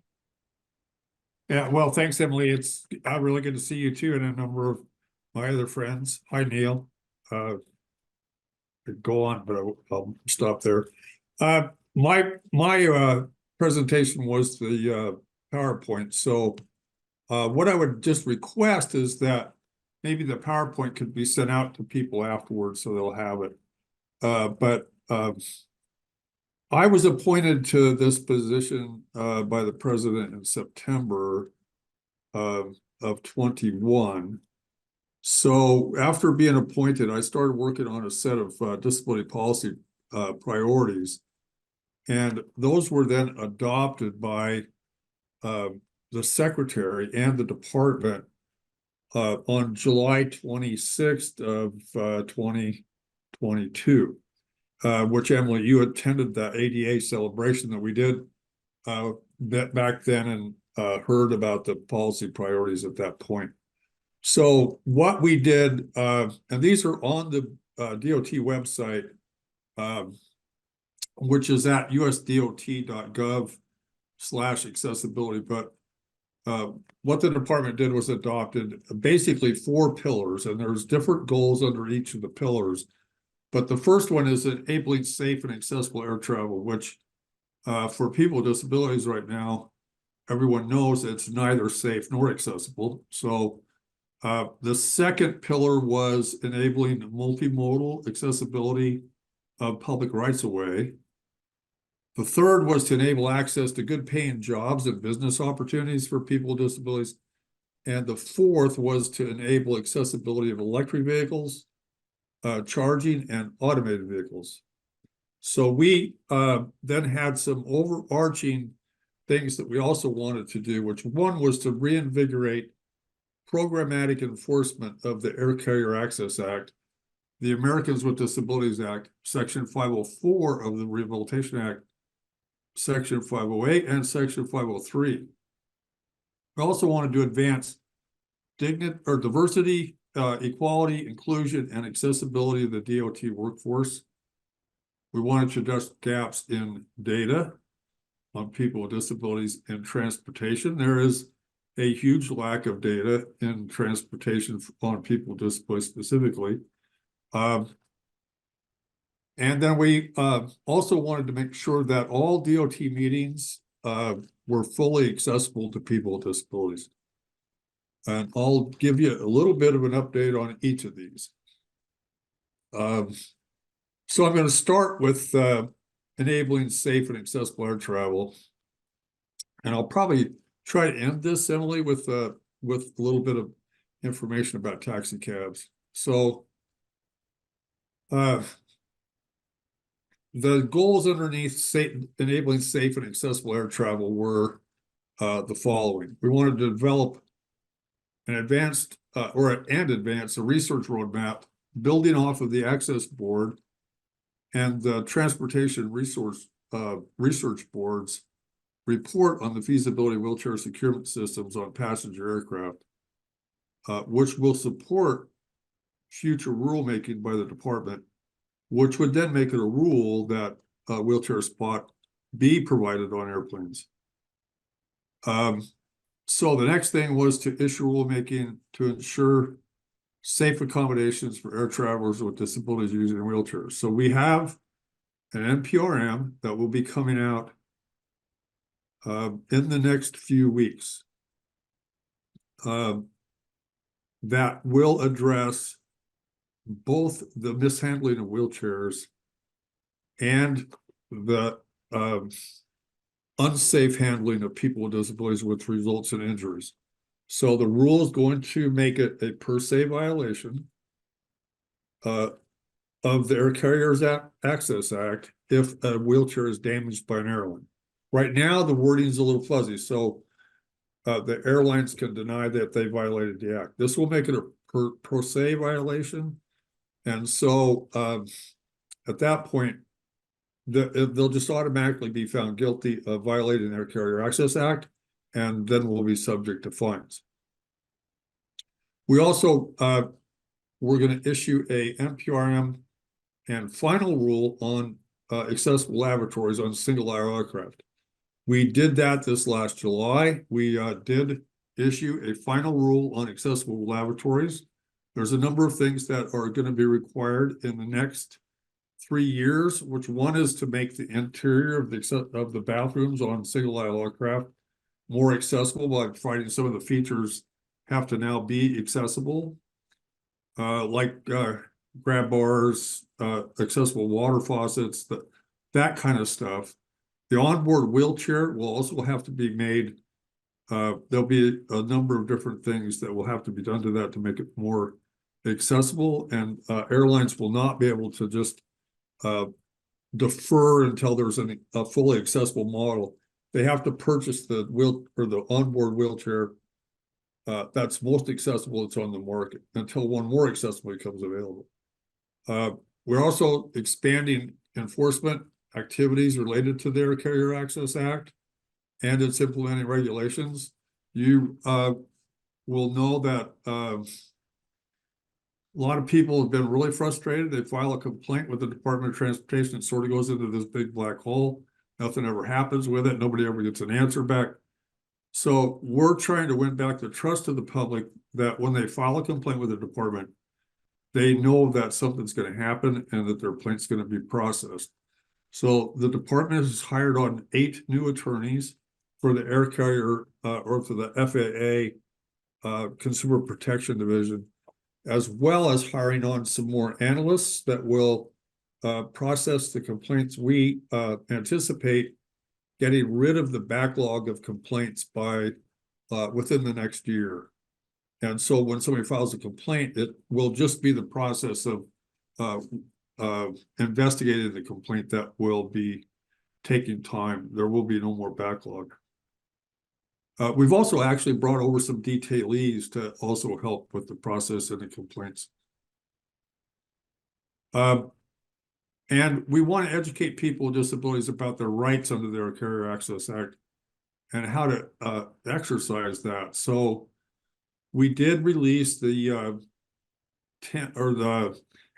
Airline Passengers with Disabilities Bill of Rights. That was done in July of 2023 as well. So that, or maybe it was a little bit before that.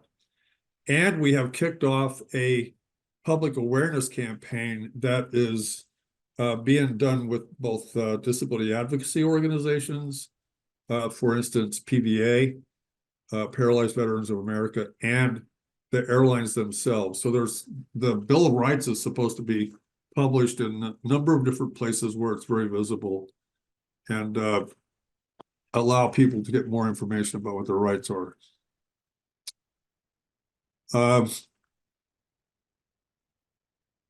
So on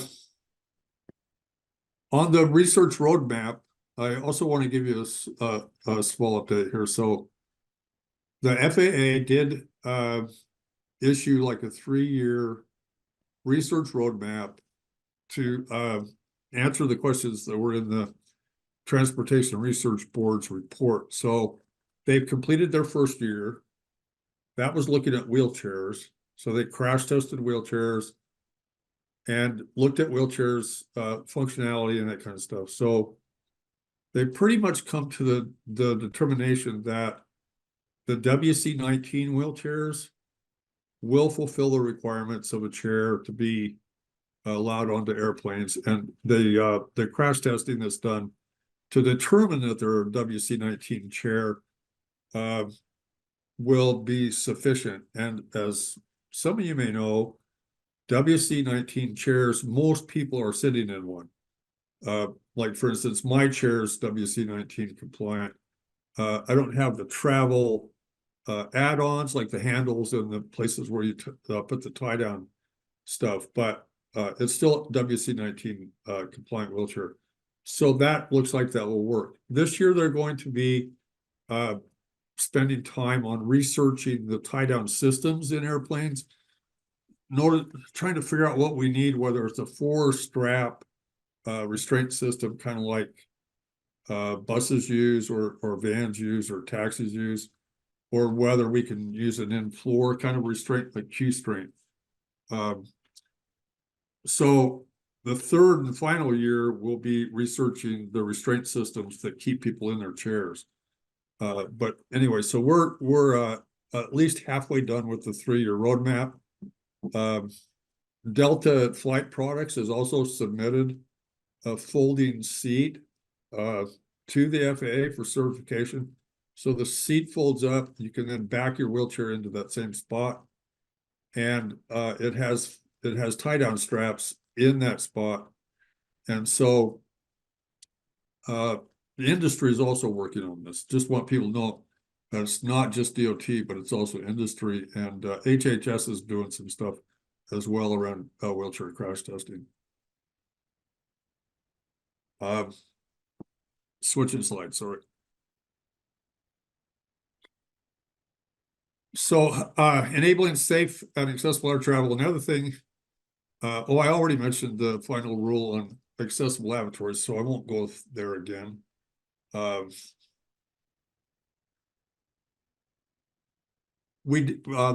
Office of Consumer Protection with the FAA also released travel tips for wheelchair users on its website in order to further educate passengers with disabilities about the benefits of sharing information in advance with the airlines about their wheelchairs and scooters.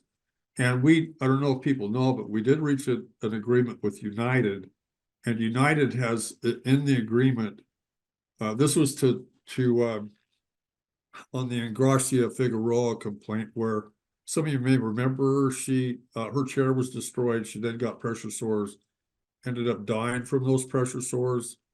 And so the complaint was filed with the department. So how the complaint was resolved was to ask United to do a number of things. So one of the things they're going to do is on their websites, they will be publishing the size of the cargo door so that you can tell whether or not the dimensions will work for your chair, instead of showing up at the airport and then finding out your chair won't fit on an airplane. So there's a number of other things that United is going to be doing as a result of the agreement too, but they've also done some stuff on their own, like they've started providing Braille on everything, and also started providing accessible in-flight communication information with captioning, and even their entertainment's captioned. So United is just kind of stepping up in some areas as well. So I won't go through the passengers' Bill of Rights, but there are 10 of them, and when you get the slides, you might want to look at those, make sure you're educated about them, so when you fly, you'll be able to know what your rights are. And I can answer questions later about the rest of this stuff. But then also, I want to move to the second priority, which was enabling multimodal accessibility of public transportation, facilities, vehicles, and rights of way. So we worked extensively with the Access Board. And when I say extensively, I mean that. And after 10 years, we finally got PROAG adopted by the Access Board. And now it's up to DOT to adopt PROAG so that it can be enforced within or by DOT. So we've started the process of an NPRM that should actually be released in just the next few weeks. And we intend to complete that process and get a final rule out before the end of this term.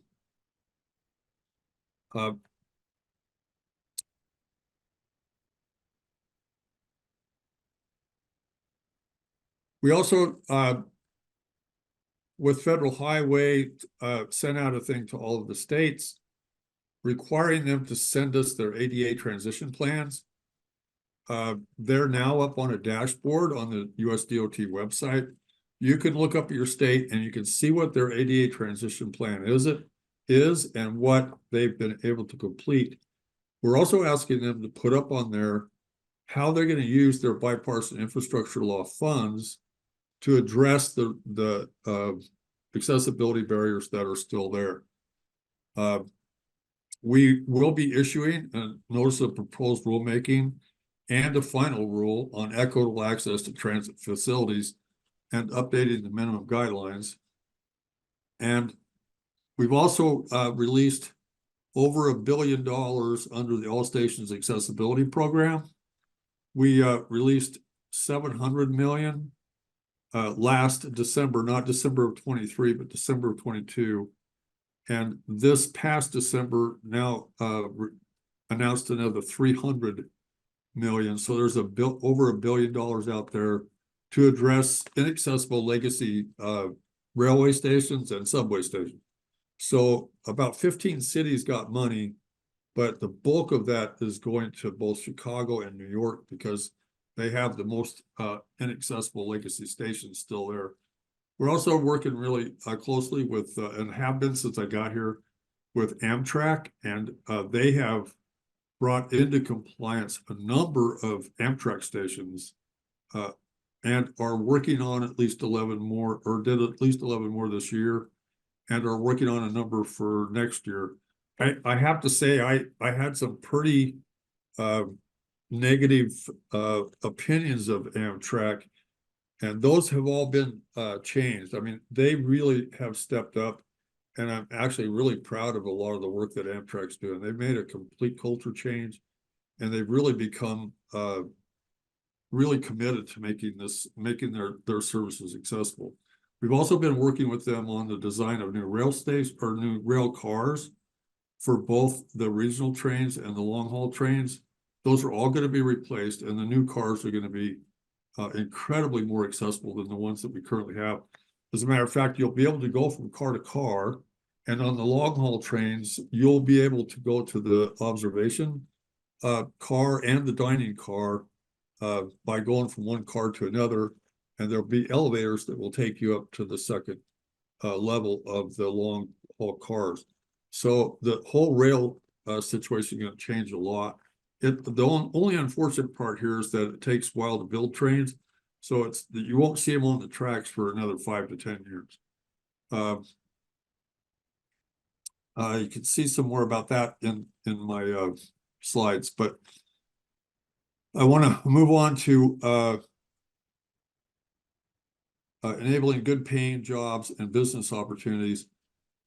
We incorporated language on encouraging hiring of people with disabilities in all of our grant notices of funding opportunities and our explanatory materials, and require them to comply with the ADA, comply with Section 504, 508, and 503, meaning that they're all federal contractors, and their subcontractors will have to try to meet that 7% aspiration goal within DOL's rules. And we incorporated standard language on encouraging the hiring of people with disabilities in all of our DOT contracts. And we're coordinating with other federal agencies on regulatory policy actions to expand the broadband, because we are also affected by the Inflation Reduction Act and get some of those funding. So we're going to be working on increasing the broadband access as well. And the last one, and like I say, there's more information, but you'll see it when you get into the slides that I'm sending. But On the last one is to adopt or enable accessibility of electric vehicles charging and automated vehicles. We worked with the Access Board to develop, in fact, at my request, they really took up the mantle and developed a set of accessibility guidelines for electric charging stations. As you probably know, the bipartisan infrastructure law provides funding for 500,000 charging stations across the country. So we're going to be building over 500,000 charging stations. We also just released funding to repair charging stations that are no longer functional.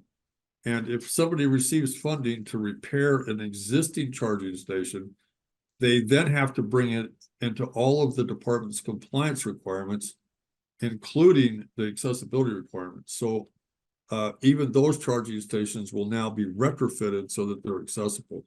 What we did is started enforcing the Access Board's guidelines that they put out, and now we've been working with them to get the NPRM out so that we can start making the accessibility requirements in electric fueling stations like a mandatory thing under the Americans with Disabilities Act. And then I just have one final thing, and that is the department does have a equity plan required by the White House. And not only is disability prominent in the equity plan, but it's really clear that disability equity is a priority for the department. And I really just want to end by saying that this is my first time ever being a federal employee. And to be real honest, I had real trepidations about whether I wanted to work for the federal government or not. I was afraid I'd be put in a position and not allowed to do anything. And I have to say that I have a wonderful boss. Secretary Pete is one of the best guys in the world to work for. And I have been having a ton of fun being here because they're letting me get so much done. So we are looking forward in this next year to making a lot more changes. Lastly, I want to address the taxi cab thing because we addressed a lot of stuff in these priorities, and it was a very aggressive plan, and we plan to complete them by the end of this following year. But well, all except for the wheelchair spot on airplanes, it's going to go well into 2025. But I think the transportation that I get the most complaints about, and everybody thinks sucks, is paratransit. Paratransit doesn't really work for very many people at all. There's a small segment of the population, I think, usually people who are still living with their parents, and their parents actually are the ones that are satisfied with paratransit. I'm not sure how many of the people with disabilities actually are, but it doesn't work well for anybody. So that's been a real problem. The unfortunate thing with DOT is that we do not fund paratransit. We fund vehicles for paratransit, but we don't really fund paratransit. So we don't have too much say about it, but we do also issue a rule and on how they're supposed to be operated. And so we are going to be looking at, and you'll probably see an announcement that we're going to be putting out a request for information, asking people to chime in about paratransit. One of the things that we are probably going to propose is making it a same-day service instead of 24 hours in advance.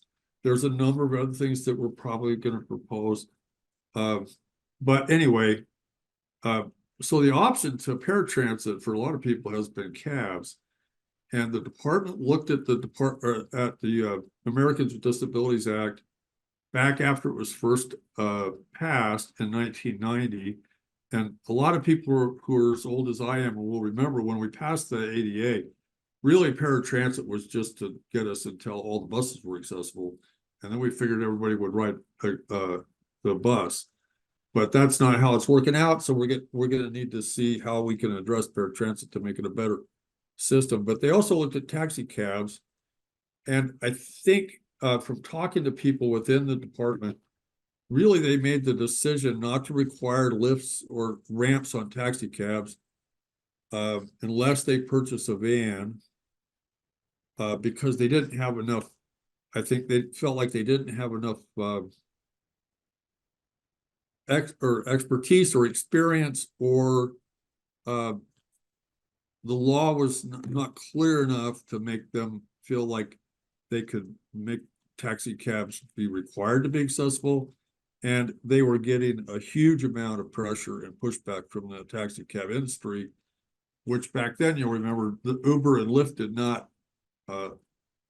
not exist yet. And so taxi cabs were really the only service like them. And I shared with Anna the little one pager that sort of describes what the department's decision was. It's the preamble to the rule.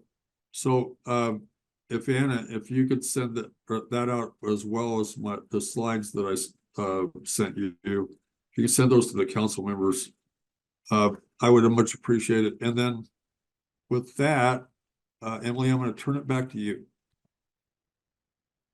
Fantastic. Kelly, thank you so much, genuinely, for the work that you're doing and for that really robust update. We have one final presenter, and then we will open up to the council for questions. As a reminder, we have until 4:10 Eastern time for both of those pieces, so about 15 minutes, at which point we will pivot to our public comment portion of the meeting.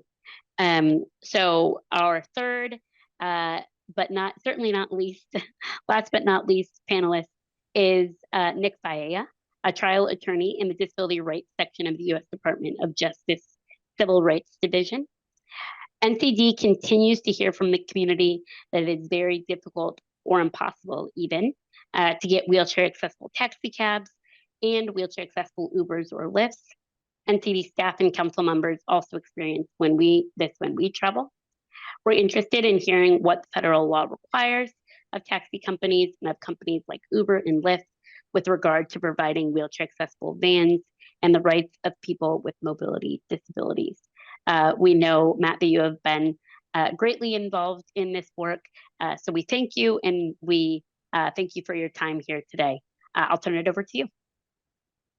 Great. Thank you so much, Emily. And thank you to Kelly and Juliet for your presentations. I'm very honored to be here, and I will try to go as quickly as I can. First, I'll just introduce myself. I'm Matt Faella from DOJ. I am a white male. I have brown hair. I'm wearing a suit, and I have a blurred white background behind me.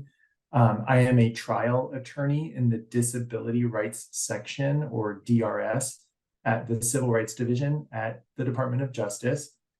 Our mission at DRS is to advance the nation's goal of equal opportunity, integration, full participation, inclusion, independent living, and economic self-sufficiency for people with disabilities through enforcement, regulation, and technical assistance.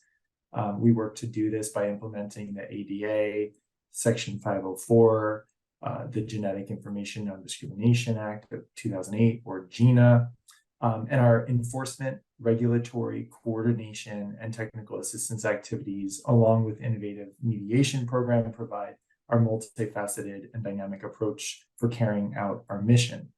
Today, I'll talk a little bit about the ADA's general provisions that relate to transportation. I'll talk more specifically about the provisions that relate to taxi companies and transportation network companies, or TNCs, which are also known as rideshare companies like Uber or Lyft. I'll give some examples of our enforcement work around taxis and TNCs, and then I'll finally let folks know how to report a civil rights violation to the Department of Justice. So to talk about the ADA's transportation provisions, I'll mention that Title II of the ADA applies to public entities. It also applies to Amtrak. So folks sometimes don't realize Amtrak falls under Title II of the ADA as a public entity. Title III of the ADA applies to public accommodations or private entities. That includes private entities that provide transportation services. And both the U.S. Department of Transportation and the Department of Justice have issued regulations under the ADA, and Kelly covered a lot of that. DOT's ADA regulations that are relevant to taxi companies and TNCs can be found at Title 49 of the Code of Federal Regulations in parts 37 and part 38. Part 38 has vehicle specifications, which would relate to the types of accessibility requirements for vehicles. Part 37 contains some broader non-discrimination protections. DOJ is responsible for enforcing Title III of the ADA and parts 37 and 38 of Title 49 of the Code of Federal Regulations. We've done that, and the examples I'm about to give relate to our enforcement of those statutes and regulations. So the first example I'll talk about is a settlement that DOJ reached with Chariot Transit, Inc. I'll give you a little bit of background on the law, and then I'll tell you a little bit about the matter. So first, the regulations that I was just mentioning require that if a private entity that's primarily engaged in the business of transporting people operates a fixed route transportation service and purchases or leases a new vehicle other than an automobile or van with a seating capacity of less than 8 passengers, including the driver, that vehicle must be readily accessible to and usable by individuals with disabilities, including individuals who use wheelchairs. If it's not a fixed route system, but rather a demand responsive system, the transportation, the entity is primarily engaged in the business of transporting people, and it purchases or leases a new vehicle other than an automobile or van with a seating capacity of less than 8 passengers, including the driver, that vehicle must be readily accessible to and usable by individuals with disabilities, including individuals who use wheelchairs, unless the system, when viewed in its entirety, meets the standard for what we call equivalent service. The regulations and the law explain equivalent service as a level of service to individuals with disabilities equivalent to the level of service provided to the general public. And that relates to things like response time, fares, geographic area of service, hours and days of service, availability of information, reservation capability, any constraints on capacity or service availability, or restrictions based on trip purpose. So I know I just spouted a lot of regulatory information. I just wanted to be clear what the regulations require and how they apply. You may have noticed that there is this language here about the transportation service purchasing or leasing a new vehicle other than an automobile or a van with a seating capacity of less than 8 passengers, including the driver. So the vehicles that are at issue here in these regulatory provisions would be something bigger than an 8-person van, and it'd have to be a new vehicle leased or purchased by this kind of transportation entity, whether it's a fixed route or demand responsive entity. All right, so that's the regulatory and legal background. The Chariot Transit Inc. matter involved a private transportation company that provided a fixed route and on-demand service. It also leased or owned vehicles that were not automobiles and did hold more than 8 passengers. The United States alleged that Chariot did not comply with the ADA obligations to provide equivalent service or to have its vehicles be accessible by doing things like telling people with disabilities that the company only provided service to individuals who use wheelchairs if they could transfer to a seat and if there was space for the wheelchair that did not take the seat of another passenger. Those who required an accessible vehicle would only be provided accessible resources in the region. And so DOJ went into a settlement agreement after reaching out to this company. The company agreed to begin operating sufficient accessible vehicles to provide passengers with disabilities with equivalent service, to not require passengers with disabilities to have a different manner for booking vehicles from other passengers, to train the company's employees on the ADA requirements, including requirements for accessible vehicles and equivalent services, and to pay the United States a civil penalty. That was from around 7 or 8 years ago, Chariot Transit Inc.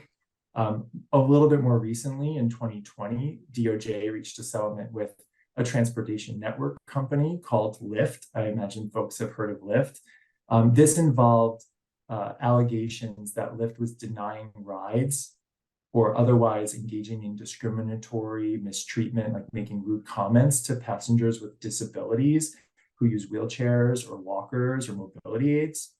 The settlement agreement required that Lyft agreed to make Lyft to make policy changes, including an ADA compliant complaint procedure, to train its employees and its drivers in the ADA obligations, to designate an employee to coordinate ADA compliance, to refund riders and pay $10 credits to those who make plausible complaints of disability discrimination, to pay tens of thousands of dollars to individuals who had been aggrieved and complained to the United States about their mistreatment, and to pay the United States a civil penalty. Under that settlement agreement and that investigation, Lyft was covered as a private entity that provides taxi services. That's another provision within the DOT regulations on this matter, under Part 37. And private entities that operate these transportation services have to ensure that their personnel are trained. They have to provide their services in a non-discriminatory manner.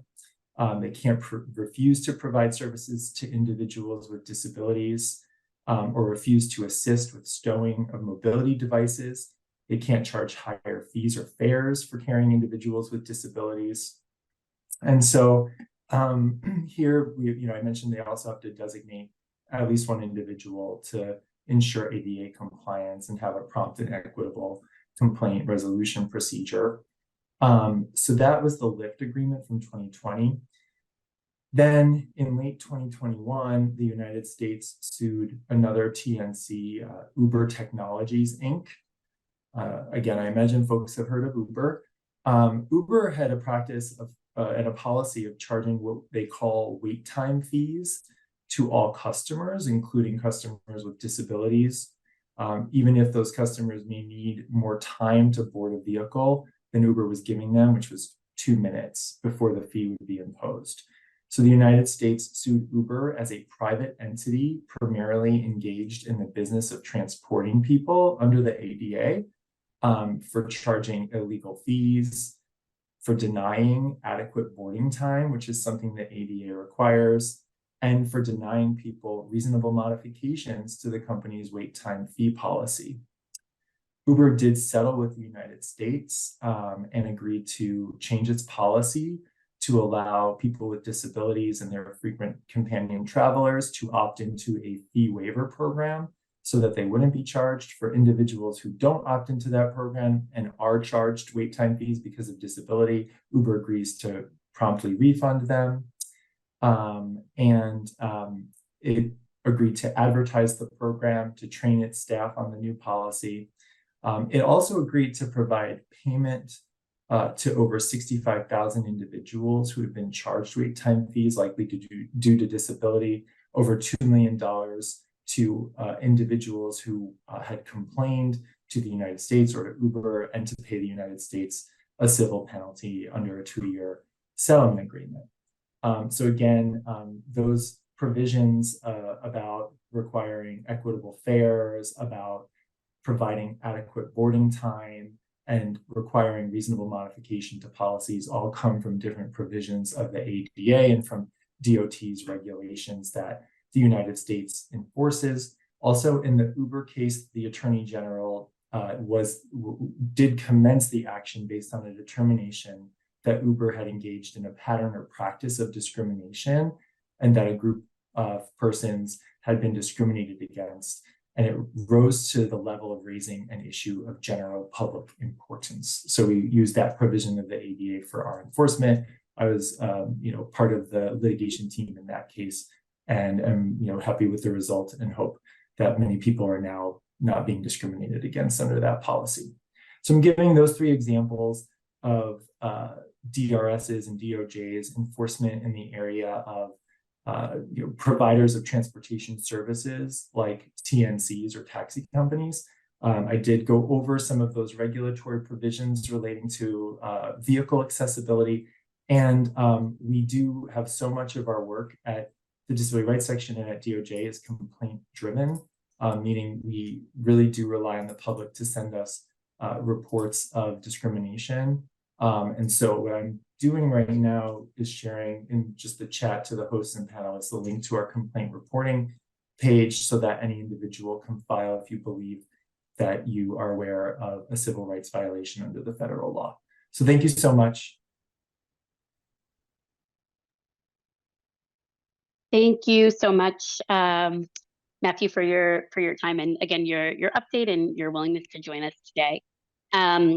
We are just 1 minute away from the time that we said that we would pivot over to public comment. I'm going to ask my fellow council members if anybody has any burning questions for our panelists, Matt, Juliet, and Kelly. Claudia, I do have a comment. Let's see, did I lose Kelly or is Kelly still here? I'll go ahead with my comment. I know we're short on time. First of all, thank you so much to all three of our presenters, and thank you for sharing about the important and focused work each of your agencies are doing. And thank you for expanding and covering so much ground in the transportation space.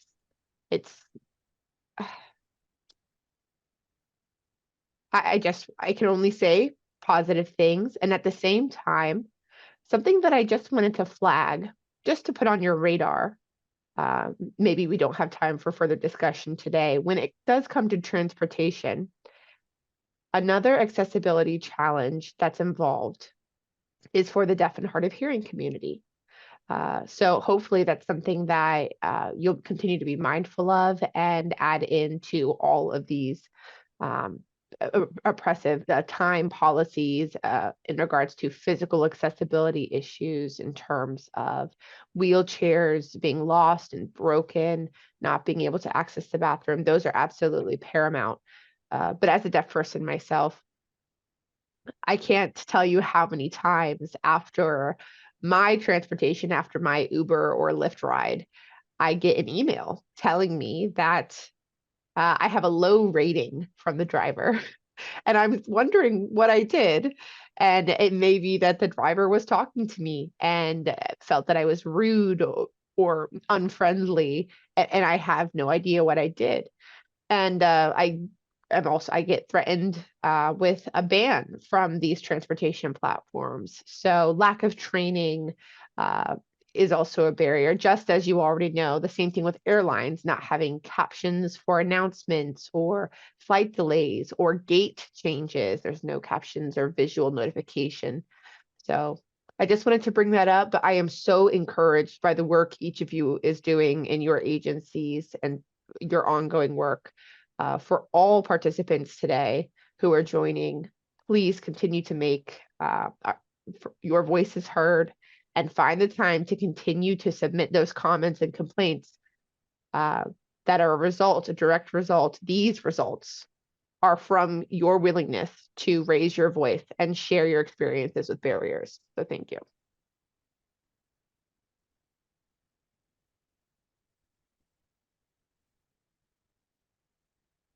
Vice Chair Gordon, Sasha, did I hear you come off mute with a burning question? And I wanted to ask about why that 8 passengers the last and ago. Sorry, give me one moment. Okay, go ahead. I wanted to ask about why sharing. I wanted to ask about the ride sharing. That always passes through the left. I'm sorry, can you repeat that last part? And about the vehicles of less than 8 passengers. About the vehicles of the passengers? With less than 8. With less than 8 passengers? And so my understanding is you don't regulate those. My understanding is you don't regulate those. And if you don't regulate those, is there a way to what would need to be done in order to regulate those?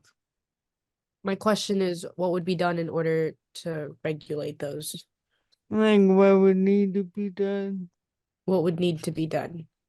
And if you don't have time to answer it now. If we don't have to answer it now. Maybe I can talk to you offline. Maybe I can talk to you offline.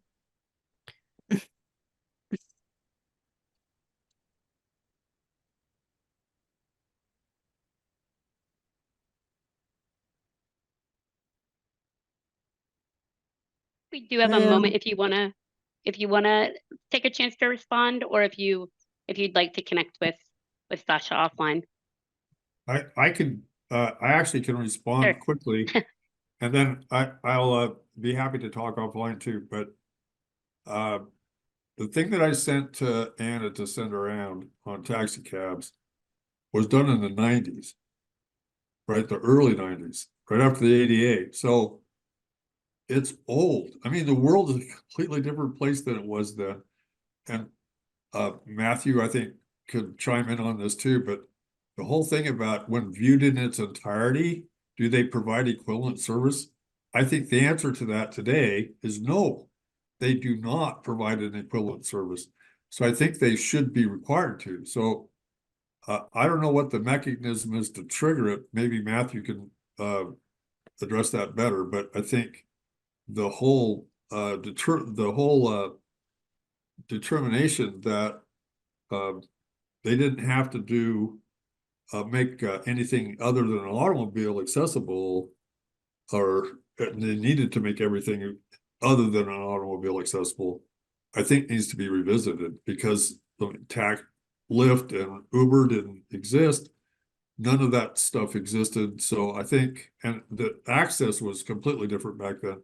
So even in accessible cabs, I don't think they could even envision what's out there today. So I just think the whole thing sort of probably needs to be revisited and a new determination made. But that's my take. I'll let Matthew chime in if you'd like. Hi, Kelly. Thank you, and thank you, Sasha, for the question. And yeah, I think the regulatory requirement for accessible vehicles is fairly narrow as written, right? And as Kelly mentioned, it doesn't apply to such a broad range of different kinds of vehicles that exist now. So certainly a change in the regulations could help to fix that.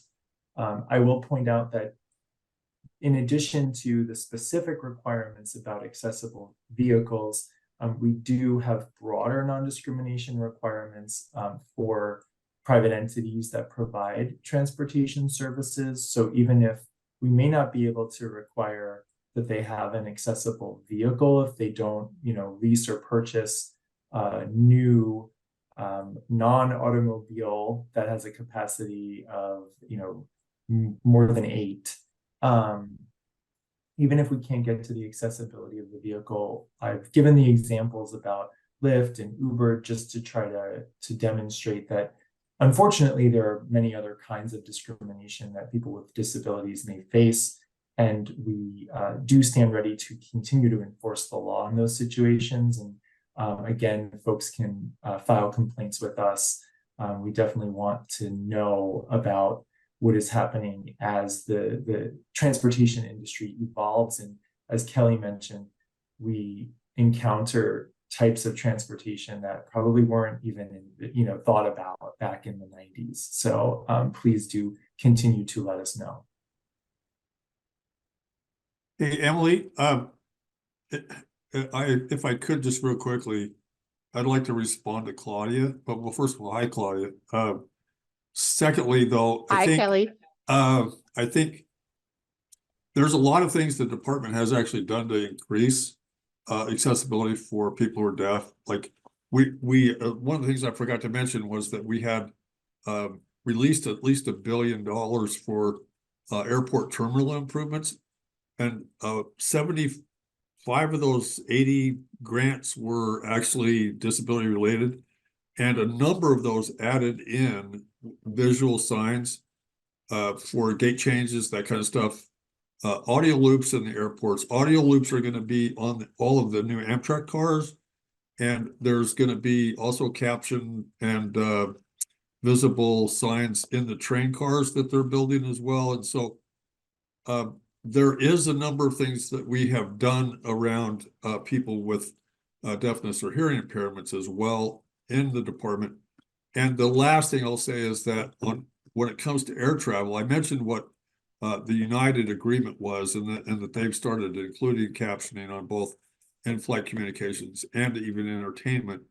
But the other thing I didn't mention is the next, if you'll remember, like we had a regulation negotiation in 2016, and in-flight communications was the one thing that everybody agreed on. And so that we only took up the wheelchair stuff first because people are getting harmed to a greater degree. So we're just one of the next NPRMs that you'll see come out probably in like 2025 will be on in-flight communications, and we'll have a rule requiring it in airplanes at that point. That's great. Thank you, Kelly. Just to say, wanted to say thank you for following up, and it absolutely makes sense to prioritize those things in that way. So thank you. Emily? No, thank you very much. And thank you once again to Matt, Kelly, Juliet, for your time and your candor and your ongoing work on these issues. My colleagues and I will be in touch with follow-up questions. I acknowledge that our time together was shorter today than had been planned. And I once again want to offer my sincere apologies for some of the delays that have pushed us off schedule and that have led to technical difficulties. So thank you very much. You're welcome to stay. And we're going to transition now to our public comment period. And Emily? Yeah, I also wanted to add, and I want to emphasize, I know that there was important information contained in your slides, and our council staff will ensure that everyone who came to today's meeting will receive a copy of those slides. Thank you. Emily, I'll continue to cede the floor to you to facilitate the public comment period. Fantastic. Thank you, Acting Chair Gordon. Okay, so pivoting to our public comment period, once again, apologies that we are running a bit behind, but want to be sure to prioritize this and we are eager to hear from those of you who are joining us today. We're currently working, myself included, on a policy project regarding the experiences of people with disabilities in this country. And for the next 30 or so minutes, we have 5 prompts on ground transportation that we're hoping to hear from the public on. Those 5 prompts are as follows. Please share your experiences in obtaining wheelchair accessible taxis or rideshare, i.e. Uber or Lyft. 2, if you requested a wheelchair accessible van or wave through a taxi company, did the company have a wave? If the company did not have enough waves in its fleet, did the taxi service offer to provide you a wave through a different company? Was the price comparable to a non-accessible taxi? 3, if you requested a wave from a rideshare company, did the company have a wave? And if not, were you referred to a service that did? Was the price comparable to a non-accessible rideshare? 4, have you filed a complaint with the U.S. Department of Justice or the U.S. Department of Transportation about discrimination by a taxi company or rideshare regarding lack of waves? And if so, what was the result? And finally, is paratransit available in your community? What are the pros and cons of using this service, and what should be changed? During this public comment period, as is always the case, we are going to need to adhere to a strict 3-minute limit for any comments received. I will prompt you when you have 30 seconds left in your 3-minute comment period. Once called, please state your name, any organization affiliation, and then proceed to provide your comment. We'll try to hear from as many of you as possible. We're going to begin with those who registered for public comment before turning to anybody. I'm sorry, we're going to begin with those who registered for public comment before turning to anyone else on the line who has indicated that they wish to give comment. You may do so by using the raise hand function in the Zoom program. If we run out of time today, we strongly encourage anyone who did not give comment today, who has experiences that they'd like to share, to please email their comments to the council at publiccomment@ncd.gov so that we can incorporate your feedback, your stories into our mobility disability project. Okay, so thank you so much. With that housekeeping, we are going to turn to our official public comment period, and starting off with Danica Gonzalez from Paralyzed Veterans of America. Danica, you should be able to unmute, and you have the floor. Hi, I'm Danica Gonzalez, an advocacy attorney at Paralyzed Veterans of America, and I'll be speaking on behalf of the PVA members. PVA is a congressionally chartered veterans service organization with nearly 16,000 honorably discharged veterans who have incurred a spinal cord injury or disease. Virtually all members use mobility assistive devices, including wheelchairs, power wheelchairs, and scooters. PVA members repeatedly experience a lack of wheelchair accessible vehicles or waves. Taxi or rideshare companies may have none, or there are so few they are not available when needed. This is even more prevalent in rural areas. Furthermore, despite ADA requirements, emerging modes of transportation, like autonomous vehicles, are not accessible. The lack of waves is highlighted for transportation to and from airports. PVA members fly for hours, then wait hours for a wave. Sometimes it never arrives. Travelers may be stranded or forced to choose destinations with other accessible transportation options. Beyond taxis and rideshares, PVA members also face barriers with hotels and car rental company shuttles, which are frequently inaccessible. Even when accessible, ramps may be inoperable. These shuttles are free, but customers are told they must find and pay for their own transportation. Furthermore, some members use vehicles with hand controls. When they attempt to reserve a rental vehicle with hand controls, they may be required to call the company instead of booking online. The company may not offer the accommodation. They are told hand controls can only be installed in specific types of vehicles or are required to make this request days in advance. Customers without disabilities can reserve a vehicle online, on-site, and have access to a variety of vehicles. In addition, renting a wheelchair-accessible van is significantly more expensive. Mobility device users are excluded from services, pay surcharges, or face higher burdens than those without disabilities.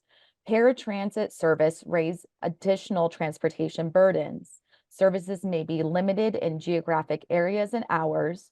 Often a rider must book a ride days in advance without the option for real-time reservations or changes. They are given a large pickup window, sometimes hours, and forced to book rides hours before needed, hope, and wait to see if there are unexpected delays, cancellations, or no-shows. 30 seconds, Danica. I apologize. Not a problem. Thank you. One member waited for hours in the dark, waiting for paratransit without knowing if it would actually arrive. Overall, even when paratransit is available, they fail to meet the needs of passengers and not provide equal transportation services. PVA thanks NCD for the opportunity to comment on these critical issues and would love to be a part of the policy papers that are issued. Thank you. Thank you very much, Danica. Appreciate your comment greatly. I want to pivot to Alex Alugian from Wheeling Forward. Alex, you have the floor. Thank you so much. Can you guys hear me okay? We can, yes. I'm super excited to be here and to give comment on this. I'm going to be speaking a little fast given our time. I hope no one's offended. I'm going to talk about both the rideshare and paratransit topics, starting with the rideshare. Just want to introduce my experience a little bit. I'm the former accessibility chief of MTA New York City Transit. I'm also the former accessibility manager at the New York City Taxi Limousine Commission, and serves as the accessibility director of Columbia University campus. So I just want to, I appreciate the comments given by both Kelly and Matthew on the rideshare issue. I think there is a glaring hole in it, which becomes clear, is that there's not enough regulations. The regulations don't address this. And I want to clarify some of the facts, specifically as it relates to wheelchair accessible taxis. Uber and Lyft only provide wheelchair accessible service in 9 cities: New York City, Chicago, Philadelphia, some others. That means in 96% of the country, wheelchair accessible vehicles is not available on their platform. So whether you file a DOJ complaint in Oklahoma or somewhere else, you will not get service. And there's nothing they can do about the complaint. And the issue is actually, in my opinion, not a matter of wave availability. It's a matter of unwillingness on behalf of the companies. There are waves all over the country. My estimation as an expert on this is about 150,000 waves that are roaming around this country at any given time, wheelchair accessible vehicle. Even if a wheelchair accessible vehicle is roaming the streets of Oklahoma and wants to provide service to a customer, Uber and Lyft do not allow them to be identified on their apps. Uber and Lyft have fought numerous lawsuits and won using their legal power. And these are all the reasons why they make not providing wait service the cost of doing business, which is the reason why what I'm saying, and everyone here I think would agree, the federal government just needs to mandate it, that they have to do it. It's an unwillingness issue, and they've been skirting these rules for more than a decade. On the topic of paratransit, I want to talk about something, a very policy consideration that I've been talking a lot with the NCD and others about, is there's major capacity constraints, and this relates to Uber and Lyft providing service with regard to random drug and alcohol testing. The US DOT and FTA require random drug and alcohol testing, which is the same standard that exists for train engineers driving an Amtrak, a bus driver driving a bus, is the same standard that they hold for an Uber, Lyft, or taxi driver providing paratransit service. To give you New York as an example, there's 120,000 taxis and rideshares in New York City, but only 5,000 participate in the paratransit programs, which limits the capacity of the program because random drug and alcohol testing is such a high standard. Uber, and this is a question of equity, not safety. If I'm an able-bodied passenger ordering a Lyft or an Uber in New York City, I can get the vehicle. No 30 problem. seconds remaining, Alex. 30 seconds. No problem. Thank you, Emily. This is a question of equity. If a non-wheelchair using customer or a non-paratransit using customer requests an Uber or Lyft, they can get picked up. Because the regulations don't match, those same drivers in Uber and Lyft, who are often part-time drivers, cannot participate in paratransit service. So by having these rules that are somewhat artificial, in my opinion, in place, you're limiting the capacity of hundreds of thousands of taxis participating in paratransit service. And if you think about it, my closing comment is Uber and Lyft do billions of trips a year without requiring random drug and alcohol testing for the non-disabled, non-paratransit population base, but they cannot do that because of the extreme regulation standard that is applied to paratransit customers. And on that, I yield my time. Thank you, Alex. Appreciate it. Next, I'd like to turn to John Morris from wheelchairtravel.org. John, you should be able to unmute. Thank you and good afternoon. My name is John Morris, founder of wheelchairtravel.org, an accessible travel website that is read by wheelchair users and disabled people from across the United States and around the world. I am a triple amputee and power wheelchair user. I travel frequently, taking well over 100 flights per year, and have done so since my first trip as a wheelchair user 10 years ago. I encounter many barriers while traveling throughout the United States, none more frustrating than the lack of accessible ground transportation. The lack of wheelchair taxis has left me stranded for long periods of time, in some cases overnight, in a list of cities that includes, but is not limited to, Cleveland, Dallas, Los Angeles, Orlando, Miami, Nashville, Tampa, San Diego, and St. Louis. I was once forced to sleep overnight in a gas station parking lot. Over my 10 years of disabled travel, rideshare services have expanded across the country in cities both large and small, taking significant market share and leaving traditional taxi companies at a disadvantage. While ADA compliance among cab companies was poor 10 years ago, it is significantly worse now. Wheelchair taxis that previously existed no longer do. When calling for a wheelchair taxi in many cities, customers report being told the van is out for repairs.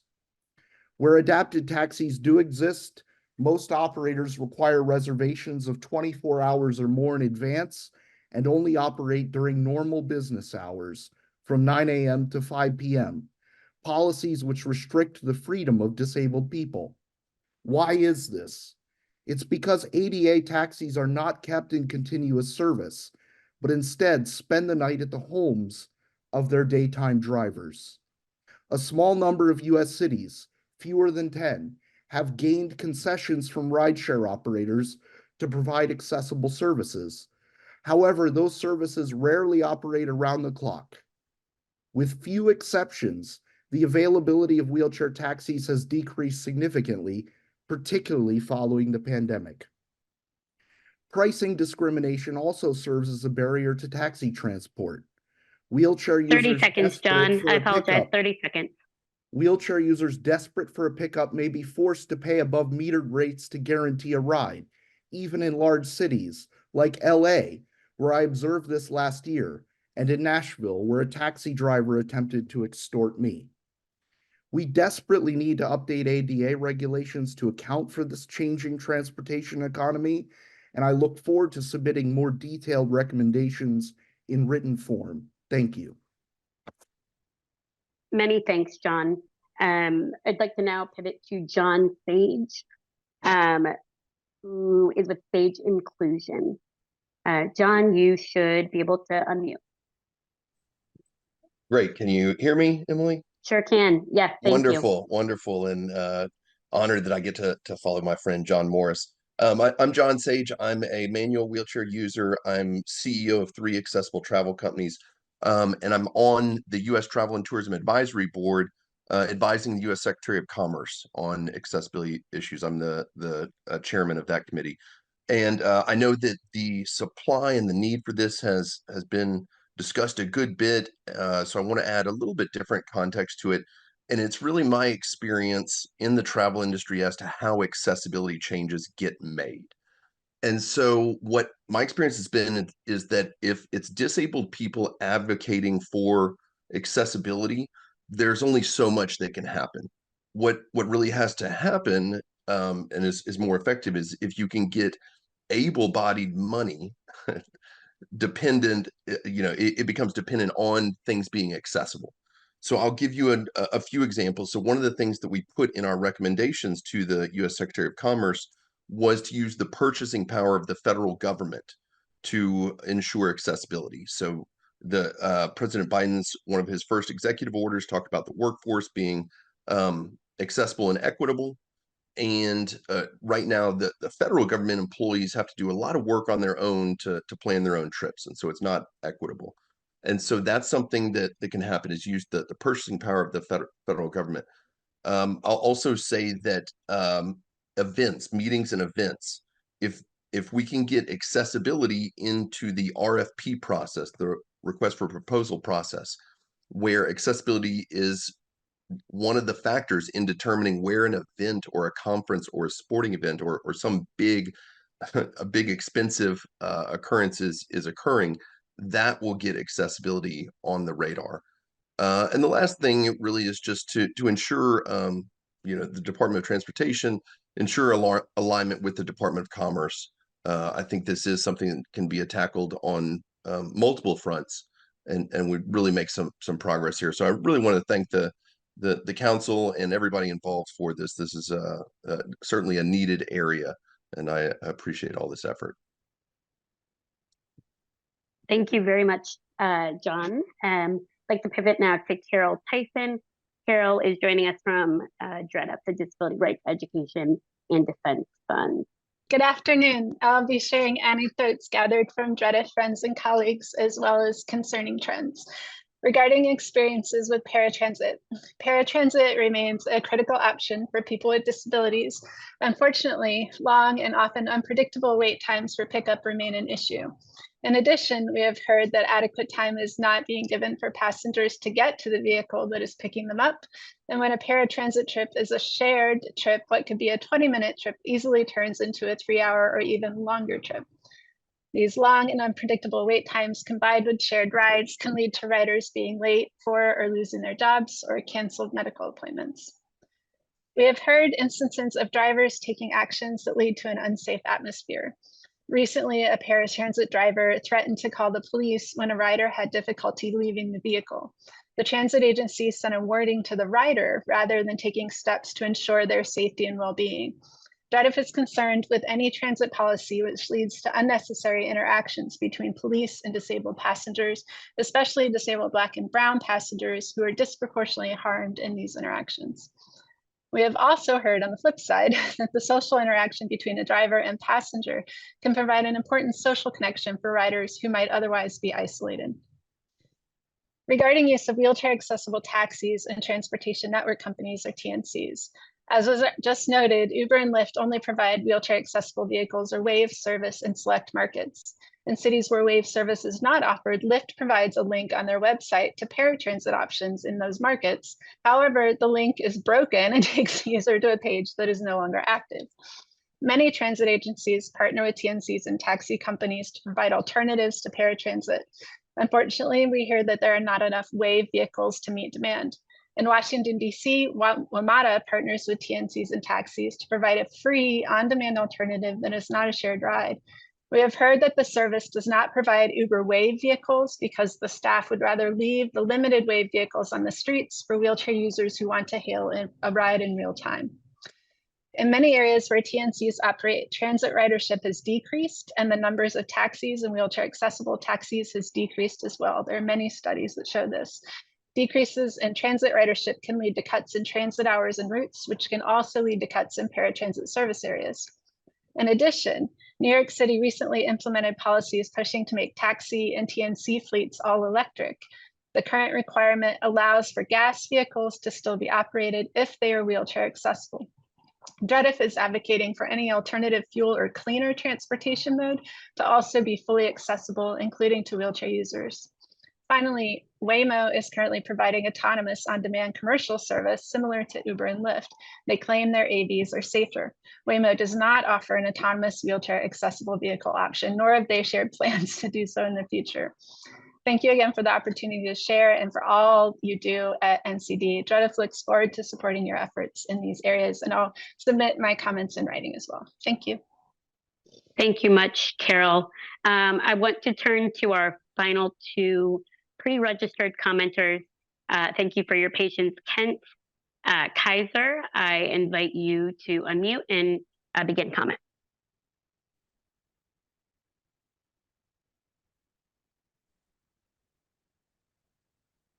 Thank you. I'm Kent Kaiser with United Spinal Association. We thank the council for all your work, especially for those who, like me, must use a wheelchair to be mobile. My wheelchair travel that I will share with you today is experienced daily around the country by my fellow wheelchair users. Particularly ask you to consider the barriers to ground transportation that people living in rural America confront. The council's vision statement very, very optimistically imagines affordable and reliable transportation for me. On behalf of America's 5.5 million wheelchair users that United Spinal represents, we hope that you will also add safe, accessible, and on-demand transportation to your vision. I live in Northern Virginia across the Potomac River from our nation's capital. Even here, I don't have fully accessible transportation. So let me answer your great questions to prove that point. In the past, I've requested a wheelchair accessible van waive through my county, Arlington County's taxi company. They have some waves, but because they don't have enough waves, over the past 17 years, I've been stranded for an hour or more at times waiting to be picked up. Also, you must make a reservation with them 2 hours early. This company is also one of Arlington's paratransit providers. For whatever reason, a paratransit call takes precedent over a regular call, so now I use paratransit exclusively. The bus system is great if they stop where you want to go. Same for our subway, except it also usually takes 4 good-hearted strangers to lift my wheelchair on board one of the cars. The price on the taxi meter may be the same price as non-wave taxis, but the cost of my loss of valuable time as a human being waiting on rides is a tremendous difference to someone not requiring a wave taxi. When Uber announced it was providing Uber Wave in Washington, D.C., and in suburbs like Arlington, I tried, but my wheelchair didn't fit in the vehicle. Routinely over the years, when paratransit fails me, I've checked Uber Wave, but none have been available at that time. I have not filed a federal complaint yet, but the clock is definitely ticking because my paratransit service may be getting an overhaul with a new provider contract. So this is 30 seconds, Ken. I apologize. 30 seconds. To talk about the pros and cons and how it should be changed. The 33 years since ADA became law have been extraordinarily technological advancements. Unfortunately, most paratransit services have not adopted these useful tools, most notably providing on-demand service for most people in real-time vehicle location, so we don't waste time waiting on our rides. Importantly, more efficient scheduling reduces shared rides with nonsensical, crazy distances that waste everybody's time, including the driver. And speaking of drivers, that's time, Kent. I apologize. I want to thank all of our those who have commented today. I invite our commenters and those who had wished to comment to please send along any comments and notes via email to publiccomment@ncd.gov. Public comments, all one word, at ncd.gov. That concludes the time that we have allotted, unfortunately, for public comment. So I'm going to turn our floor back over to our Madam Acting Vice Chair, Gordon.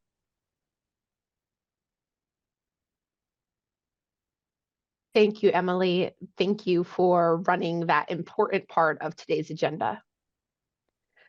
We had some wonderful speakers, and I also wanted to thank all of the individuals who were involved with public comment.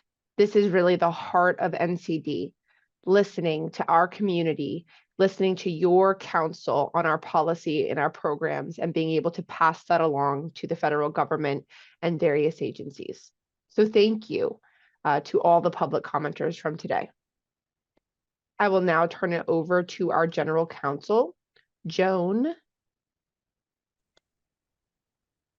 Thank you, Madam Chair. Yes, I know time is a little brief, Joan, so I will just send it right over to you. Okay, wonderful. Thank you so much, Madam Chair. I appreciate that. I'm Joan DeRosa, NCD's General Counsel and Director of Policy. And for the first part of this policy report, I'll be asking the council member leads to give very brief updates on some of our policy work underway. I'm going to start with our clinical trials report, which is nearly complete, but Emily will be giving the update on that one. Emily? Yes, apologies. Just give me 1 second to pull up my note here. Okay, fantastic. So the final draft of the clinical trials report is under review and will be shortly ready for a council vote within the next few weeks. The report addresses the implicit and explicit exclusions of people with disabilities in clinical trials, and provides recommendations on how to improve acceptance and participation of people with disabilities in clinical trials. If you have any questions, please reach out to myself or to Amy Nichols on NCD staff on the project. Thank you so much. Thank you, Emily. Next, our 2024 progress report, which is underway right now. Neil Romano is going to be giving that update. Thank you, Joan. NCD will be drafting the 2024 progress report in-house. Through this more cost-saving approach, NCD will be able to draft an easy-to-digest update to the President and Congress on matters of disability policy and law. The report will provide an update on progress made in the space of disability policy, while also making related policy recommendations that remain necessary. Per NCD's statutory requirement, the report will include recommendations on multiple subjects, areas, as determined appropriate by NCD. NCD has begun initial chapter drafts and is planning to have a full report draft ready for the council vote this summer. Thank you, Joan. Thank you, Neil. For the health disparities report, Theo Brady is going to give that one. Thank you, Joan. I'll try to get through this pretty quickly. Since our last council meeting, NCD has continued to correspond with the administration and Congress concerning its recommended framework to end health disparity for people with disabilities. More specifically, since the policy successes of the National Institute of Health designating people with disabilities as a health disparities population for purposes of improved research and data, the Department of Justice issuing a proposed rule on the Title II of the ADA that aims to improve access to medical diagnostics equipment for people with disabilities. NCD has been particularly focused on the recommendations that disability clinical care and competency training be widely included in medical training, and that people with disabilities be identified nationally as a medically underserved population under law. NCD continued to brainstorm and collaborate with non-governmental organizations that are positioned to have an impact on the issue of disability clinical care and competency training. Councilwoman Bourdet will discuss the need for such training in a conference in March, sponsored by the Accreditation Council of Graduate Medical Education, which will be attended by heads of residency programs from across the U.S. NICA also continued to discussion with the Association of Medical College about potential efforts, and NCD continued to meet and meet with representatives of the U.S. General Accounting Office to provide policy advice with respect to disability clinical care and competency training of medical professionals and other health disparity policy matters, as the GAO, like NCD, will now be working to effect change in these vital matters. Simultaneously, NCD has been meeting with congressional representatives, non-governmental organizations, and health resources and service administration at Health and Human Services to determine how best to deliver better health services to people with disabilities, as would be done if people with disabilities were to be designated nationally as a medical underserved population under law. NCD continued to weigh policy options and collaborate with these entities to determine best approaches. Thank you, John. Thank you, Theo. Next, is Husky on the line now? I think he is. Husky Benally is going to give the update on the tribal lands work. Okay, can you hear me? Great. Okay, thank you. Yeah, this year, NCD is one of the biggest policy projects is to develop a report regarding barriers being faced by Native Americans with disabilities. And there's a group called the Intertribal Disability Advocacy Group, which is comprised of several tribes across Indian country who were engaged in listening sessions with Native Americans with disabilities to determine what the barriers are in the areas of like education, medical services, voter rights, a number of other areas. And so NCD is going to be working with this intertribal group in The intertribal group has finished their listening sessions and are in the process of writing a report that will be shared and reviewed with NCD, and then NCD will work off of that report to come up with their own report. So that's what we have with tribal coordinator. Thank you, Husky. All the work I want to make sure to highlight is we recently submitted comments via the interagency review process to the Department of Justice on the web accessibility final rule. And next week, we'll be submitting comments on DOJ's accessible medical equipment NPRM. Anna has been the lead on both of those, so big thank you to Anna. FEMA issued an interim final rule in January, which will take effect at the end of March.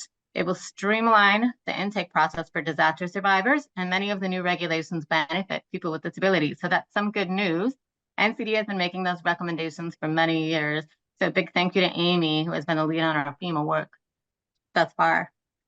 From our panels today, you learned more about our underway work on NCD's mobility project and our input into the census questions. So the policy team has just been, rocketing along on any number of fronts.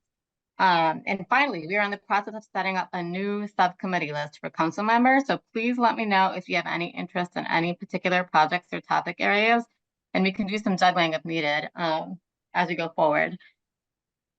So those are the latest highlights. And now I want to give a very brief overview of the report included in your notebook materials that I'm hoping you all had a chance to read.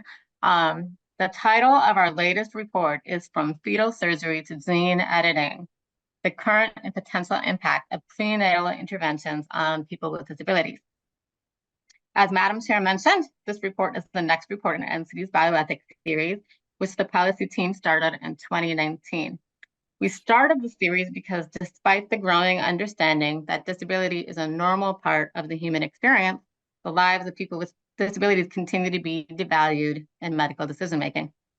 In this series, we've taken on several different topics, including organ transplantation, physician-assisted suicide, QALYs, or quality-adjusted life years, medical futility issues, and started looking at genetic testing primarily through an employment discrimination lens.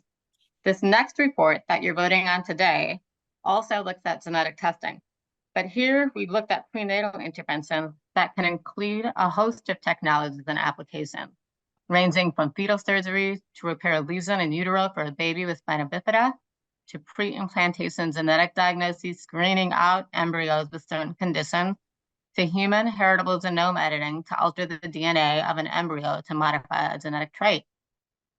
All prenatal interventions, ranging from fetal surgery to prenatal genetic screening to heritable genome editing, carry unique practical, ethical, and disability rights implications. These technologies require guidance from policy experts, scientists, medical providers, disability and social justice advocates, researchers, bioethicists, and other experts.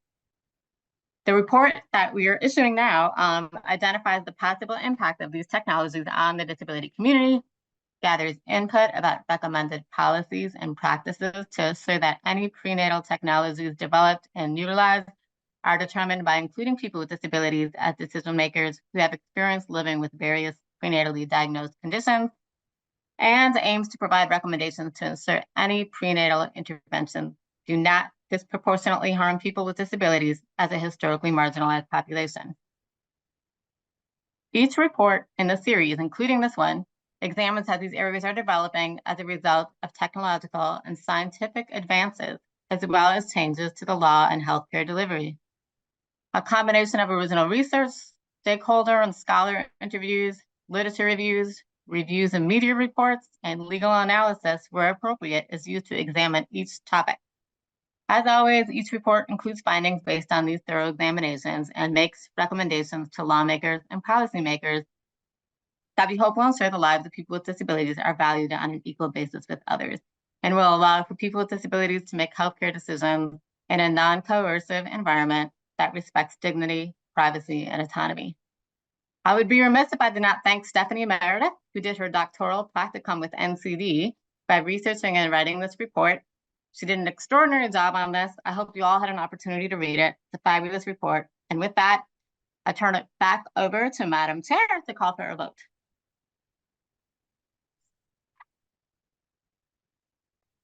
Thank you very much, Joan, and thank you to everyone for your report outs. This incredible work is happening in all these different areas. Thank you from a very small team, so kudos. We will move forward with calling for a vote on From Fetal Surgery to Gene Editing, the current and potential impact of prenatal interventions on people with disabilities. I move that we accept the report. Thank you, Sasha. Do I have a second? Second. Thank you to Neil. Now that we have our motion and our second, I will call Miss Lewis to take a roll call vote. Thank you. Calling Vice Chair, Acting Chair, Madam Claudia Gordon. Aye. Hasbi Benali. Aye. Sasha Bittner. Aye. Theo Brady. Yes. Sean Kinnemer.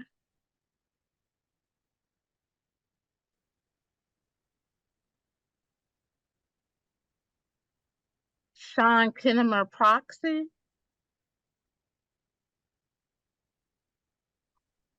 Risa Rifkin. Aye. Neil Romano. Aye. Emily Vorty. Yes. I yield the floor back to you, Vice Chair, Acting Chair, Madam Claudia Gordon. Okay, thank you. And one quick and final topic I wanted to suggest, we will go right over to Ann in a moment, but this topic is related to the council members and our timekeeping. As you know, we need to document and report our time for compensation. And I know it's been a challenge in some areas in regards to the process, the paperwork, platform issues, and I have specifically asked Anne on how we can iron out this process for our council members to ensure that we are compliant with the regulations, as well as keeping us accountable, since many of us have full-time jobs in addition to our role here. So the question was looking also at how we can get more support from staff at NCD. And I wanted to thank Anne for her time and attention and investment in trying to solve this pain point in order to increase the efficiency of our work. So I will turn it over to Anne to give a brief update on what the future of timekeeping will look like. Thank you, Madam Chair.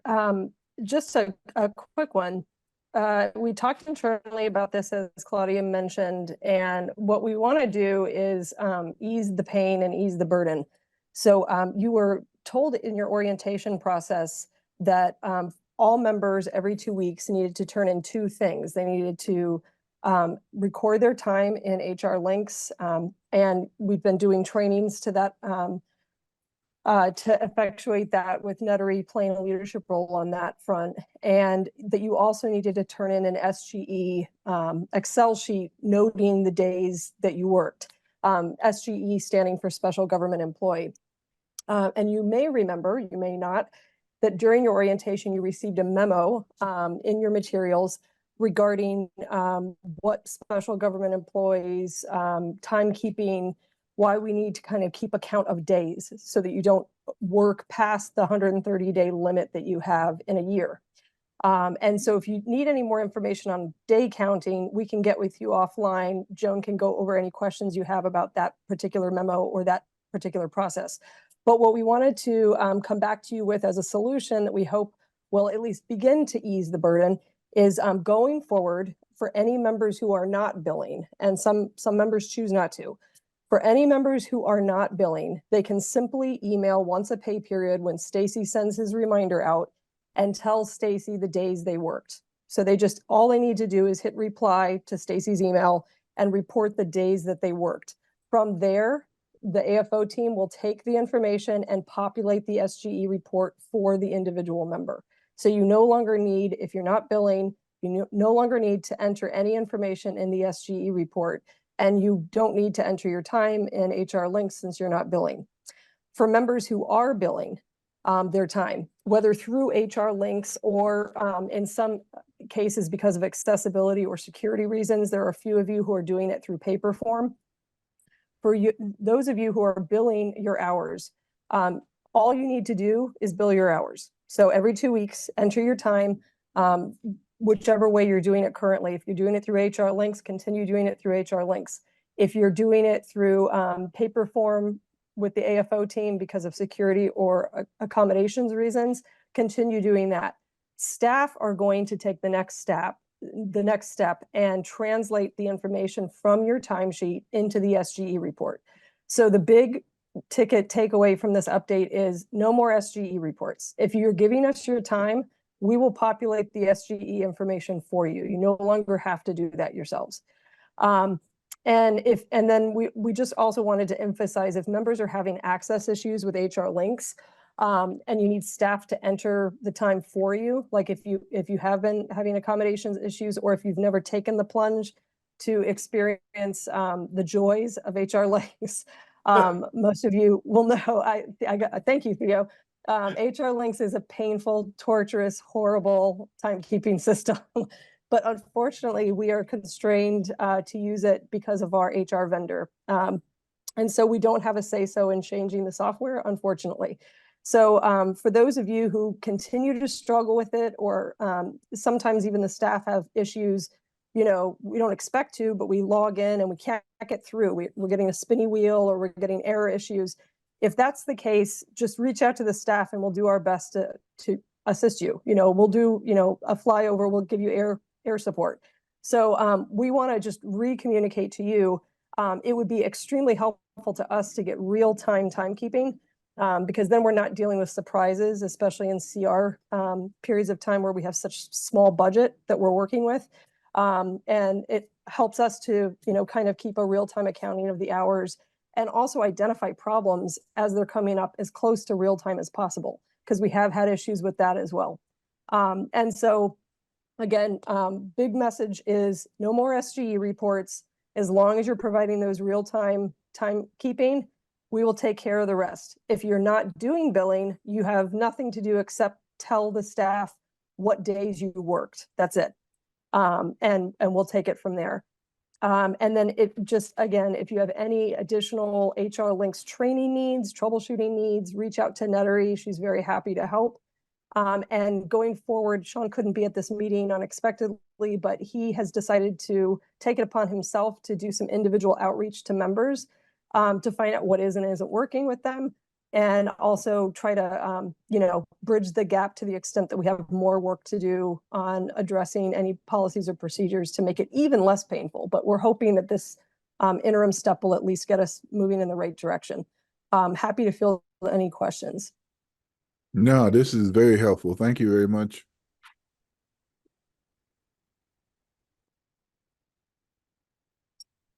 And I yield things back to you, Madam Chairwoman.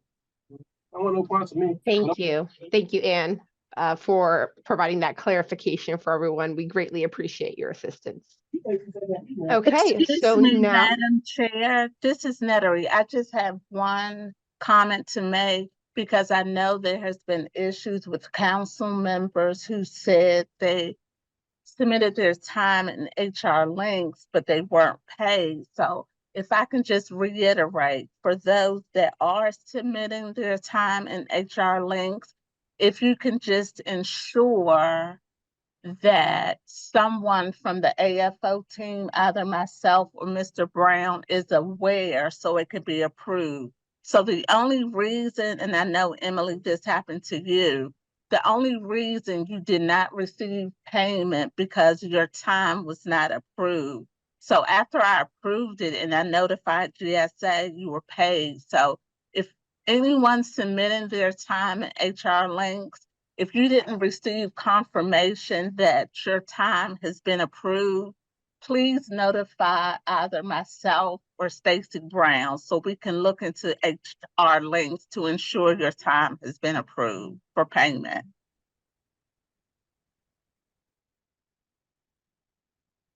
So everybody, and I'll just add one more thing. I'm sorry, Claudia. HR Links is great at sending auto emails too. So if you have, I think as a translation on the practical side, HR Links will send you a do not reply at hrlinks.com or something like that email as soon as they record your time. And so as soon as you enter it, you should be getting one of those do not reply emails. And you should also be getting one when your time has been approved. We will do on our end a sweep because it would be great if you did send an email if you don't get an approval email, but we also on the staff side will begin checking proactively on your behalf to make sure that if anything is entered that it is approved timely. So we'll circle back with some more details in email form just to kind of reiterate what was said here. But again, hopefully, we'll start experiencing less pain going forward. So thank you, everybody.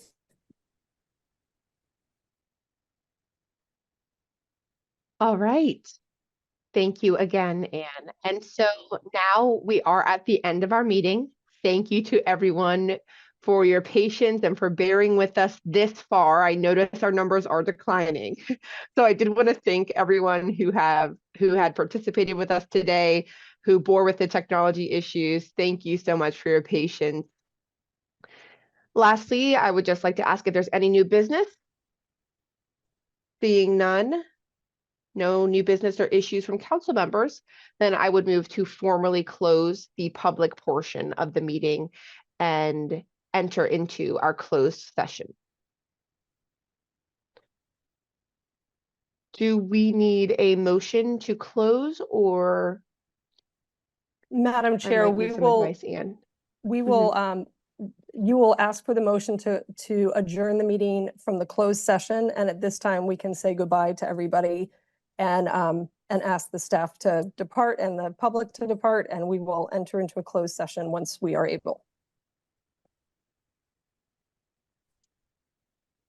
Okay. Well, you've all received the instructions from Anne. So I guess what we're doing right now is there's no motion to adjourn the public meeting, but I will ask everyone to go ahead and step out. Thank you so much. This does close the public portion of our meeting. And council members, please stay on as we will be going into our closed session. So thank you to all members of the public and staff for joining us today.